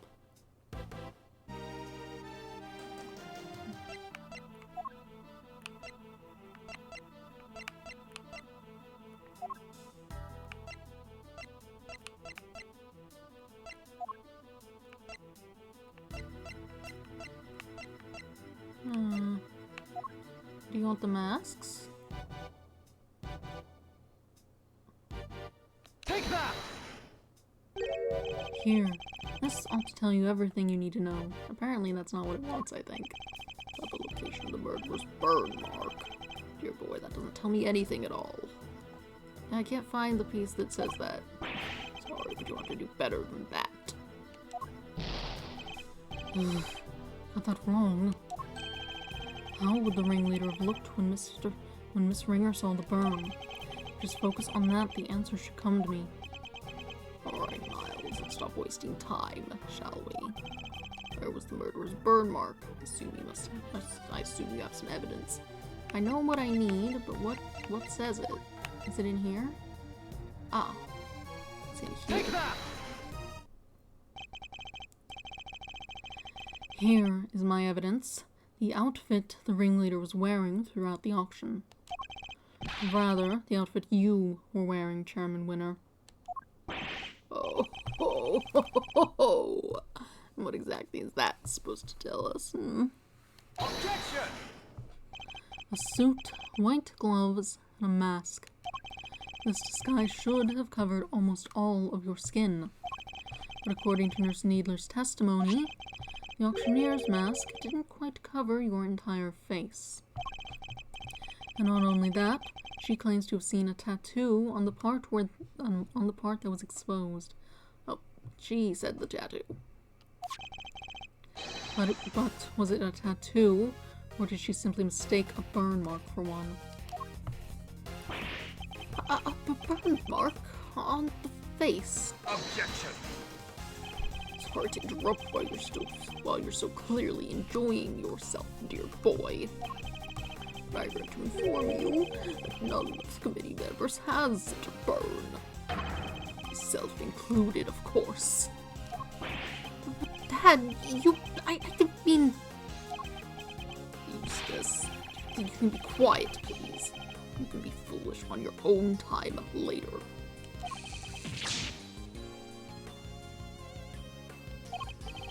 Well, you may be an annoyance most of the time, Mr. Winner. But on this particular occasion, I'm grateful for your presence. An action like that from you, the sun, is as good an indicator of the truth as I could have hoped for. And it gives me a much-needed confidence boost concerning another theory of mine.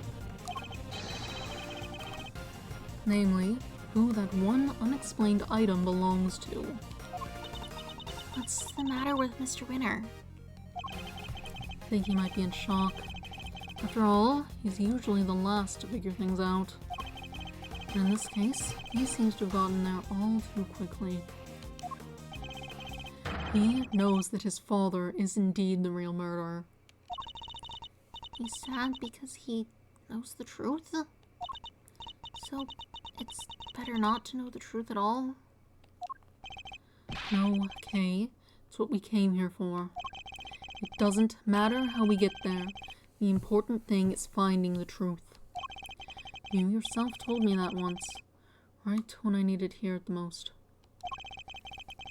And now, it's time for me to repay the favor and show you the truth of your innocence. I want to know too. The truth of what really happened. So please, Mr. Edward, won't you show me? I very much intend to. Oh, you don't know when to give up, do you? Where is this burn, then? Perhaps you could point it out to me. But you can't, can you? Because it's nowhere to be found, just like your evidence that I'm the killer. Yeah, hunt for contradictions all you like, you won't find any. Because he's my dad, the winner through and through. Objection! I understand, Mr. Winner. I completely understand why you don't want to believe it's true.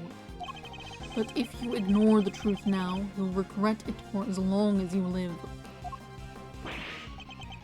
Dad, what do I do?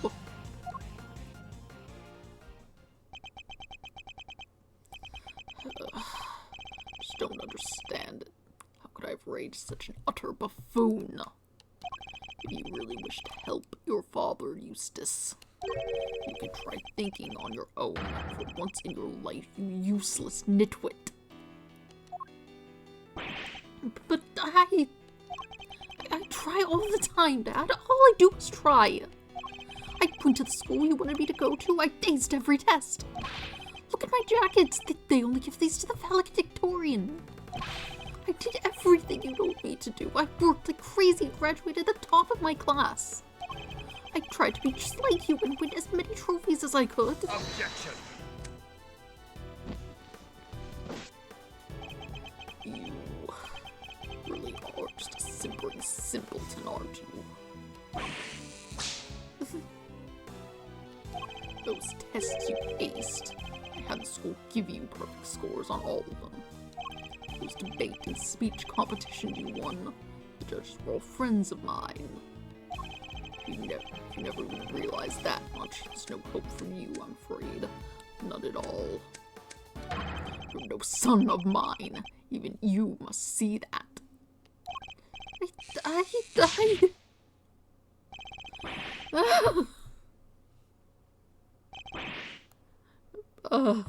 she was. Did you see that? Gavel was overlapping the nurse and the doctor. Or Sprite was. When she was behind them, that's not right. No. On my own son. They all leave in the end. Oh, I mean, boo. And when he was trying, he was failing. He did it all for me. He should have tried harder. You're a disgrace. You don't deserve to be a father, and you certainly don't deserve to be chairman of this committee. Even I feel sorry for the boy now. Or Mr. Winner. Explain yourself, Chairman Winner. Just what do you think your son is to treat him in such a way? An utterly useless pawn sounds about right. You're the one to talk, Verity. You try to worm your way into my trust by using Eustace too. I cannot deny it. However, I've never thought of him as a mere pawn. He may not be a naturally gifted prosecutor, but he tries. In some ways, he tries harder than anybody. That's what I have witnessed during my time with him.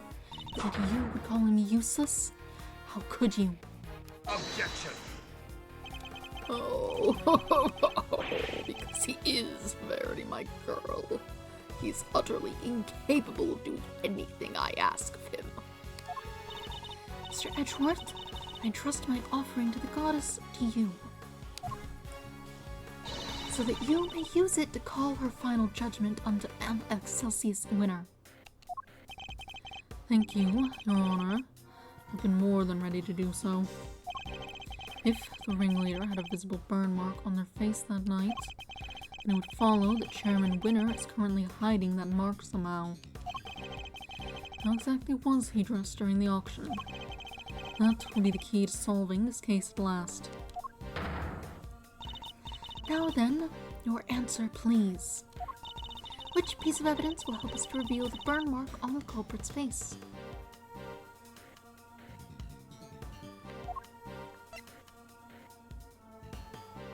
I mean, is it not just the...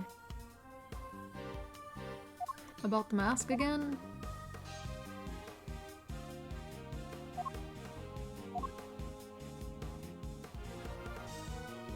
Take that! No, Look at this if you would. and that's supposed to help you reveal the burn mark, is it? I don't understand. I just don't understand. Doesn't matter whether you understand or not. Forgive me, Mr. Edgeworth, but I don't understand either. That wasn't what I need to hear. There's one key difference between the auctioneer and the chairman standing before us. And the burn mark we're looking for is hiding on just the other side of that difference. Simply need to find the piece of evidence that will help us reveal it and shove it in his face. And pull it off his face, more like. I'm guessing it's that other wig now that I'm thinking about it. Now is the time, Mr. Edgeworth. Call the goddess's final judgment onto Excelsius winner. I will, Your Honor. Been more than ready to do so. Very well then, your answer please. Piece of evidence. Yeah. Take that!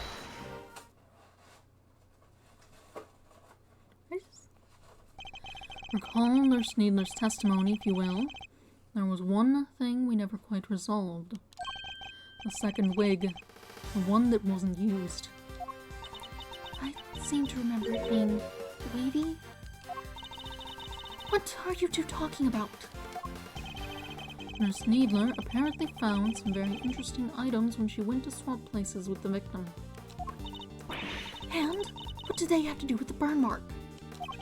What she found were two wigs. One was intended to make her look more like the victim, but what was the other for? I don't suppose it was meant to be a spare? It doesn't take a huge leap of imagination to see the truth. Compare Chairman Winner's current appearance to that of the ringleader as it was described to us. Stop it. Stop staring at me. One very prominent difference presents itself. His face, or rather, what's around it. You mean it wasn't a wig after all? Indeed, not a wig intended to go on the top of the head in any case. It was a fake beard all along, wasn't it, Excelsius Winner?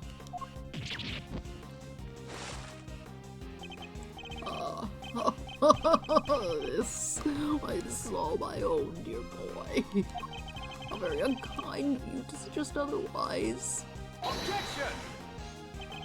We saw how your son reacted when he realized the truth, and how he desperately tried to cover for you, even in light of his realization. Yet you still fear that he might expose you. Rather than take that risk, you bullied him until he couldn't take it anymore. Because he knew that your beard hides a prominent burn mark. Chairman Winner, I insist that you remove your beard this instant. Whoops. Why is it a skull? There it is, the burn mark. Mr. Edgeworth, for bringing evil to justice before the eyes of the goddess, you have my thanks. No, thank you. Couldn't have done it without you. Excelsius Winner, in the name of the goddess, I hereby pronounce my verdict. In the matter of the murder of Miss Rosie Ringer, this court finds you guilty.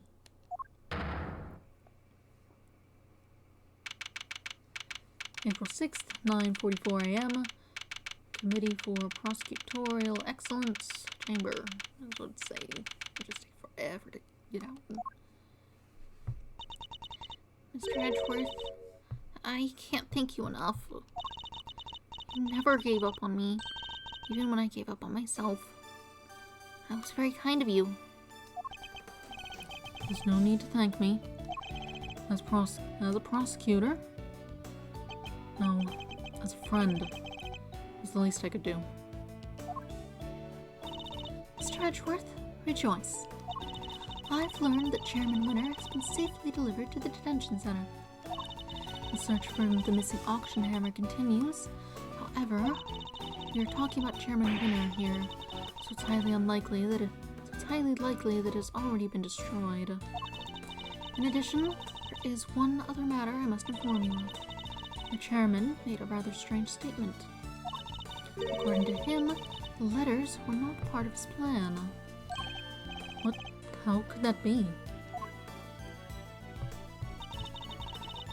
He claims that he and Miss Needler found this letter on Miss Ringer's person. And they then found a second letter on Kay's unconscious body. In their contents, the letters seemed to be ones of correspondence. So he leapt to the conclusion that they must have been working with each other. That's quite the conclusion to jump to. As he read the letters, that's when he came up with the idea to frame Miss Faraday for Miss Ringer's murder. So he decided to place the victims in a very conspicuous place. Namely, in her left chest pocket. Sounds to me like he's just trying to make excuses for himself. Yes, I certainly thought the same. Perhaps it was some sort of last-ditch ploy on his part. But it matters not. He will answer to the goddess now. And under her scrutiny, such strategies cannot hope to succeed. He will not escape justice.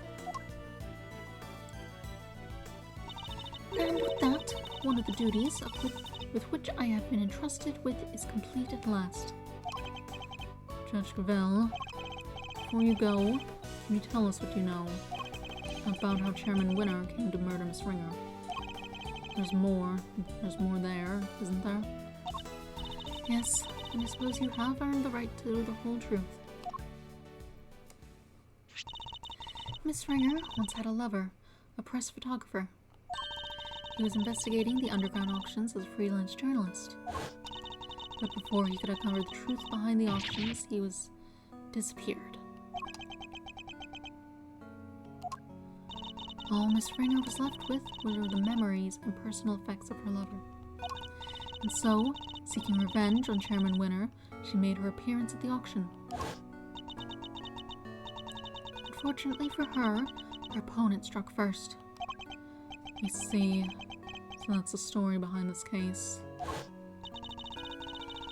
While the goddess does not condone acts of wanton vengeance, Miss Ringer's actions have exposed Chairman Winner's crimes at last.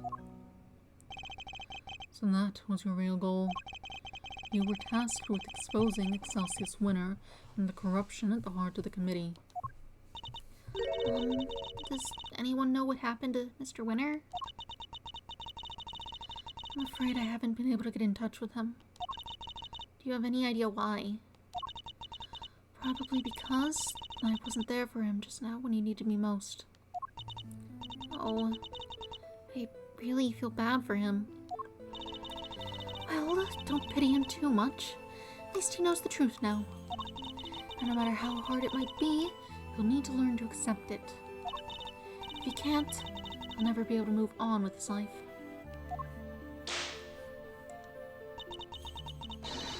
Trust me. Father's influence isn't easily erased. But in time, he can hopefully try and change his ways. You're right. You've got to be. Can I change too, I wonder? Can I move on with my life? Are you okay, Kay? How's that head feeling? I'm fine. Thank you. I'm so sorry, Kay. You were my patient. I had a responsibility to you, and instead I let them accuse you. Ouch. Danged right. We ain't just in the business of fixing bodies, missy. The mind's where it all begins. You're right, Grandma. Speaking of which, how's your memory? It's like, with a little more time, maybe I'll be able to remember some more. Please forgive me, but I'd better be on my way.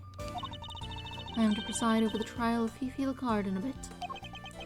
The Bronco Knight case, huh? Who's the defense attorney? It's supposed to be Miss Ringer, but as she's no longer with us, we're still in the process of finding her replacement. Miss Ringer was scheduled to represent Lord Lagarde. And of course, until we find Eustace, there's nobody to act for the prosecution either. In any case, I must take my leave. Oh, wait, please. What about Mr. Edgeworth's badge? What's going to happen to it now? With its chairman under arrest, The committee's activities have been suspended for the time being. So to answer your question, it's complicated. It's all up to the goddess now. But Don't worry about it, Kay. It's a consequence of my own making. And I assume you do not mean to change your mind? Of course not. I chose the path of the truth, and I chose it willingly. With Chairman Winner out of the picture, justice is in the hands of the righteous once more. If you did wish to follow the path of the prosecutor again, Mr. Edgeworth, I would be more than happy to facilitate such a decision. It's very kind of you to offer, but I can't accept your help at this time. I can't ask for my badge back when I'm not even sure if I want it anymore. I see. Seems we are destined to continue on different paths then. Well, I trust you'll keep my badge safe until they converge again. With all I have. In the meantime, I have here a token of the goddess's mercy. You may return this notebook to its rightful owner. Kay's promise notebook. Seems it was due to be sold in the auction. And with the name K written on its cover, Chairman Winner made the connection immediately and knew who it belonged to. It was the same name as the one in the letters, after all. The letters he claimed to know nothing about. Suppose he insisted he didn't prepare them? Yes, he also had something else to say. Apparently, he thought that Miss Faraday was after her notebook and that Miss Ringer was after his life. And that their respective goals are what led them to cooperate and infiltrate the auction together. That seems a reasonable reading of the letters. Unfortunately for him, he misread the situation completely. It was all just happenstance. If Kay had known a defense attorney who was also a member of the committee, there's no way she wouldn't have told me. That just isn't like her. Your belief in her is touching. While the notebook did become part of Chairman Winner's cover-up scheme, it is also a treasured possession of Miss Faraday's, which is why I would like for her to have it back, as I'm sure would the goddess. Thank you. I pray that it helps her recover her lost memories.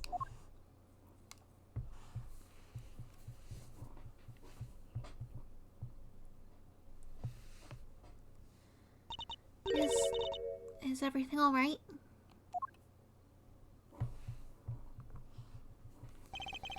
Judge Gravel wanted me to return something important to you.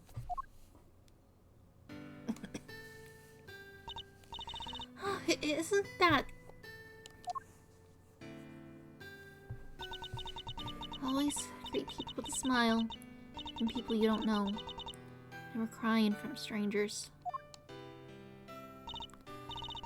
Daddy, I wrote them all down, Daddy. Yeah, I'm gonna keep all my promises and be a real hero when I grow up. Just like you. Oh, wait. I forgot to write one down. The most important promise of all. Promise number 5. Always try your hardest to learn about things you don't understand. I remembered just now. I remembered it just how you said it. And now I'll never forget it.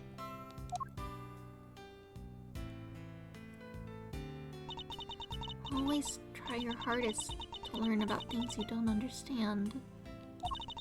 That's right. I have to try.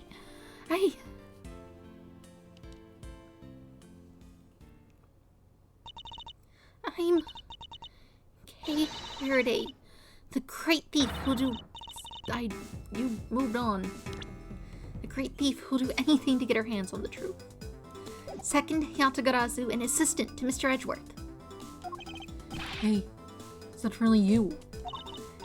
Can't say I'm not a little bit embarrassed, but... Yeah, I'm back.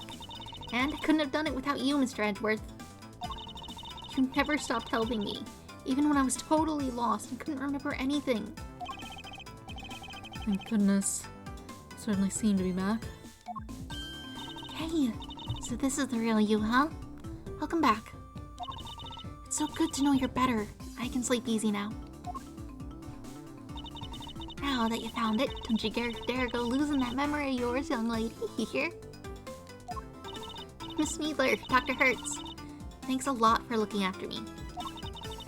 And if you really are better, how about you get out of them danged hospital duds? Oh, yeah, I washed all your clothes for you. Here. I thought they were with Detective Gumshoe. He handed them over to us after they came back from forensics. And did he happen to mention if forensics found anything of note? I didn't ask. Anyway, never mind that now. Put them on, Kay. I want to see. Wait, what about her bandages? Surely it's too soon to remove them. Oh, it's probably fine. She may have taken a bit of a bump to the head, but she wasn't really hurt otherwise. But then why all the bandages in the first place? Prevention is better than cure. A stitch in time saves 9. Those are just a few of my mottos. Both of which sound like painfully annoying practices for your patients. Okay, Kay, transformation time. Well, don't just change in the middle of the room. Yeah, no, this is what I'm talking about. Fits like a stolen glove. That smile suits you better too. As it always did. Thanks to you too, Miss Von Karma. I'm so glad you showed up when you did. I simply came when Scruffy asked me to. I'm sure he'll be very happy to see that you're back to your old self too. Speaking of Gummy, where is he? Who knows? Perhaps the well of his devotion went ran dry when a certain someone threw away his badge. Detective Gumshoe. Anyway, I have to be going. I'll be taking those two with me. Wait, what's going to happen to them? Acting as an accomplice in a murder and forging an autopsy report 18 years ago. Their crimes can't be allowed to go unpunished. If murder expires after 15 years, I feel like evidence forgery should expire much sooner than that. But the fact that Excelsius Winner coerced them into cooperating will, of course, be taken into account. Don't you worry about us, Kay. As long as Grandma and me are together, we'll be alright. Take care, Kay Faraday. Till we meet again.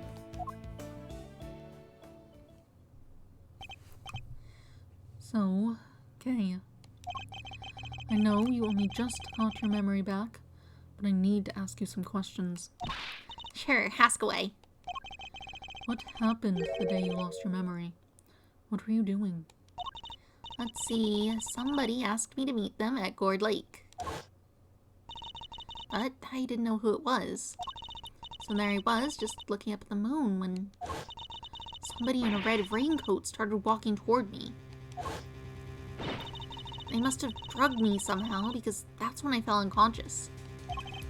What? I'm not sure I follow. Okay, was it Gourd Lake looking up the moon? Anyway, when I came to, I was on the roof of this building. I was in a daze and stumbling around up there when I saw the person in the red raincoat again, but they were just lying on the ground. I was so surprised I stumbled backward. And I was falling and everything went dark. When I came to the second time, I couldn't remember anything. The person in the red raincoat. Who in the world were they? I'm sure they were walking in midair. Thinking about it is making my head hurt. Just breathe, Kay. You only just got your memory back. You're still confused. I imagine the root cause of your confusion is... Imagine things are all mixed up in your mind because you were at Gourd Lake one minute and then at the top of the big building the next. Because you saw the moon in both locations, your mind blended your memories of the two together. Huh? But those are two totally different places. I know I was pretty out of it, but I don't think I could have gotten them confused that easily. I believe these things on the roof may have made you more likely to become confused. The tree that you were still Take under. that! There are two key similarities between the scene down by Gourd Lake and here on top of the big building. Cherry blossoms and food stands. Wait, you're right.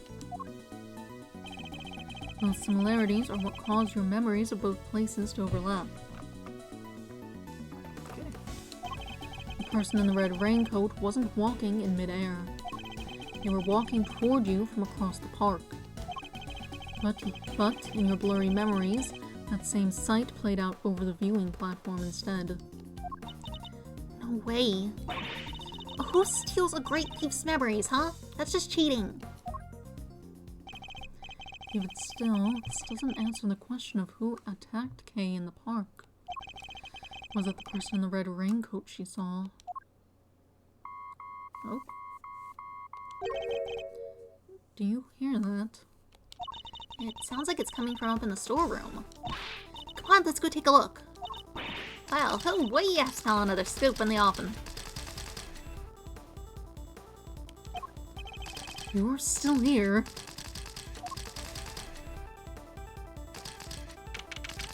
April 6th, 9:53 a.m.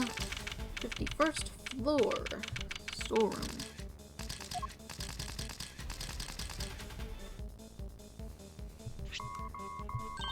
It's coming from this little gadget here, Mr. Edgeworth. This transceiver. I feel like I've seen it somewhere before. It is still going. I'm no good with technology. Come on, you have to pick it up. Fine, I'll do it. Hey, this is Edgeworth. This is Edgeworth. Okay, if you could refrain from answering strange calls for me. Mr. Edgeworth, I presume. I know that voice. Shelley the killer. Congratulations on another case solved. Yet, I can't truly say it's been fully resolved, can you? I'm sure you've noticed by now that there was a mastermind at work orchestrating the entire incident. Ugh. How do you even know about this case? That's not what's important right now. Let's focus on this certain individual for the time being, shall we? I have indeed been wondering myself if somebody else could have been involved. If not, how are we to explain the piece of evidence that proves so damning to Kay's case? No way, an evil mastermind, but who? Oh, indeed. Perhaps you could share your thoughts. What is the evidence in question that points to somebody else's involvement?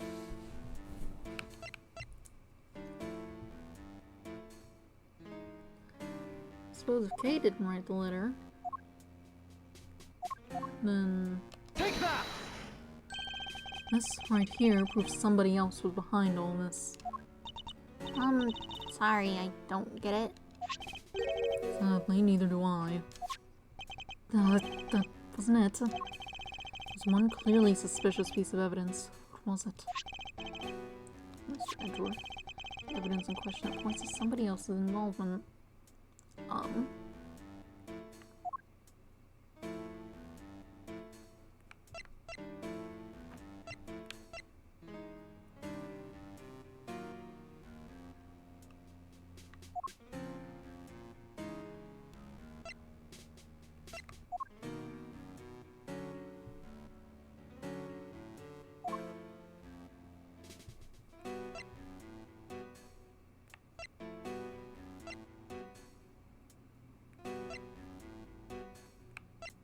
The fact that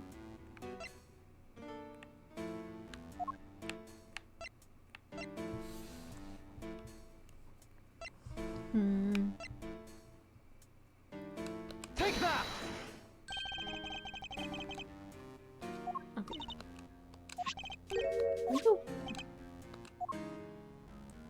One clearly suspicious piece of evidence.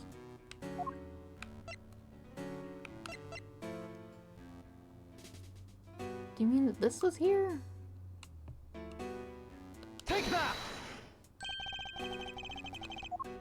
Okay, I'm... Well... What is...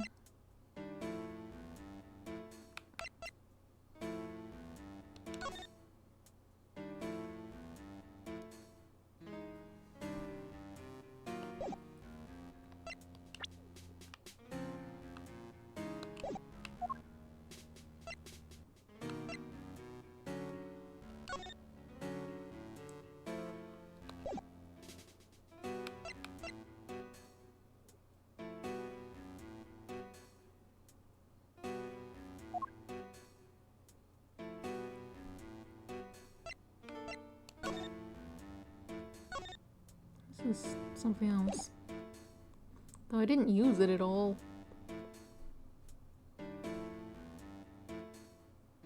But I can't imagine it has any real relation.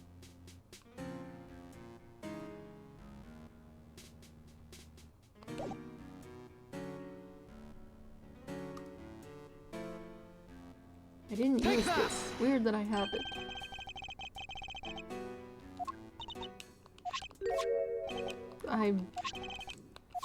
What is...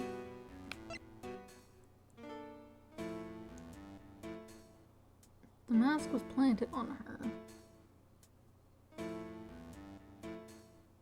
Maybe? Take that! No. One clearly suspicious piece of evidence.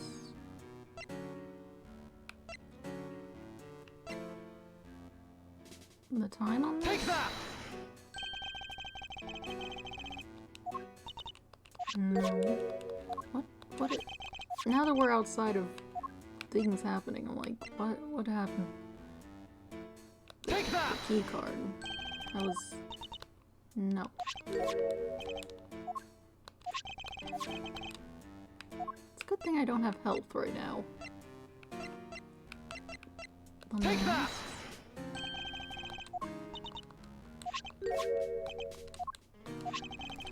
What was it?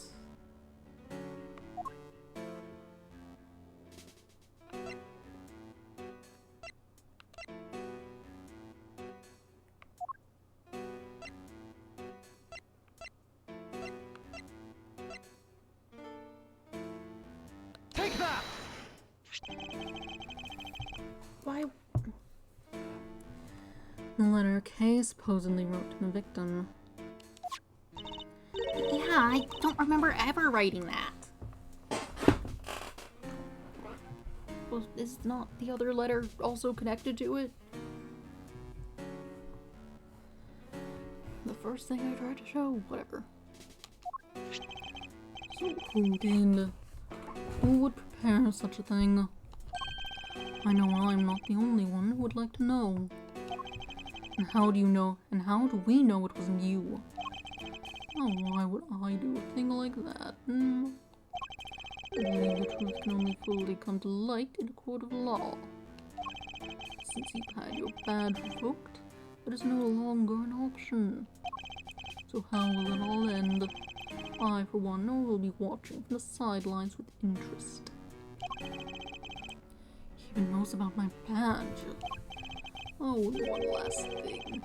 Do you hope you won't betray my trust in you? Now I bid you for a farewell. What the heck did he mean by the case hasn't been fully resolved? And why is he so interested in us anyway? Ugh, everything's just one giant ball of mysteries. Seems we've only scratched the surface in this case. But, even without my badge, I'm going to carry on doing what I can.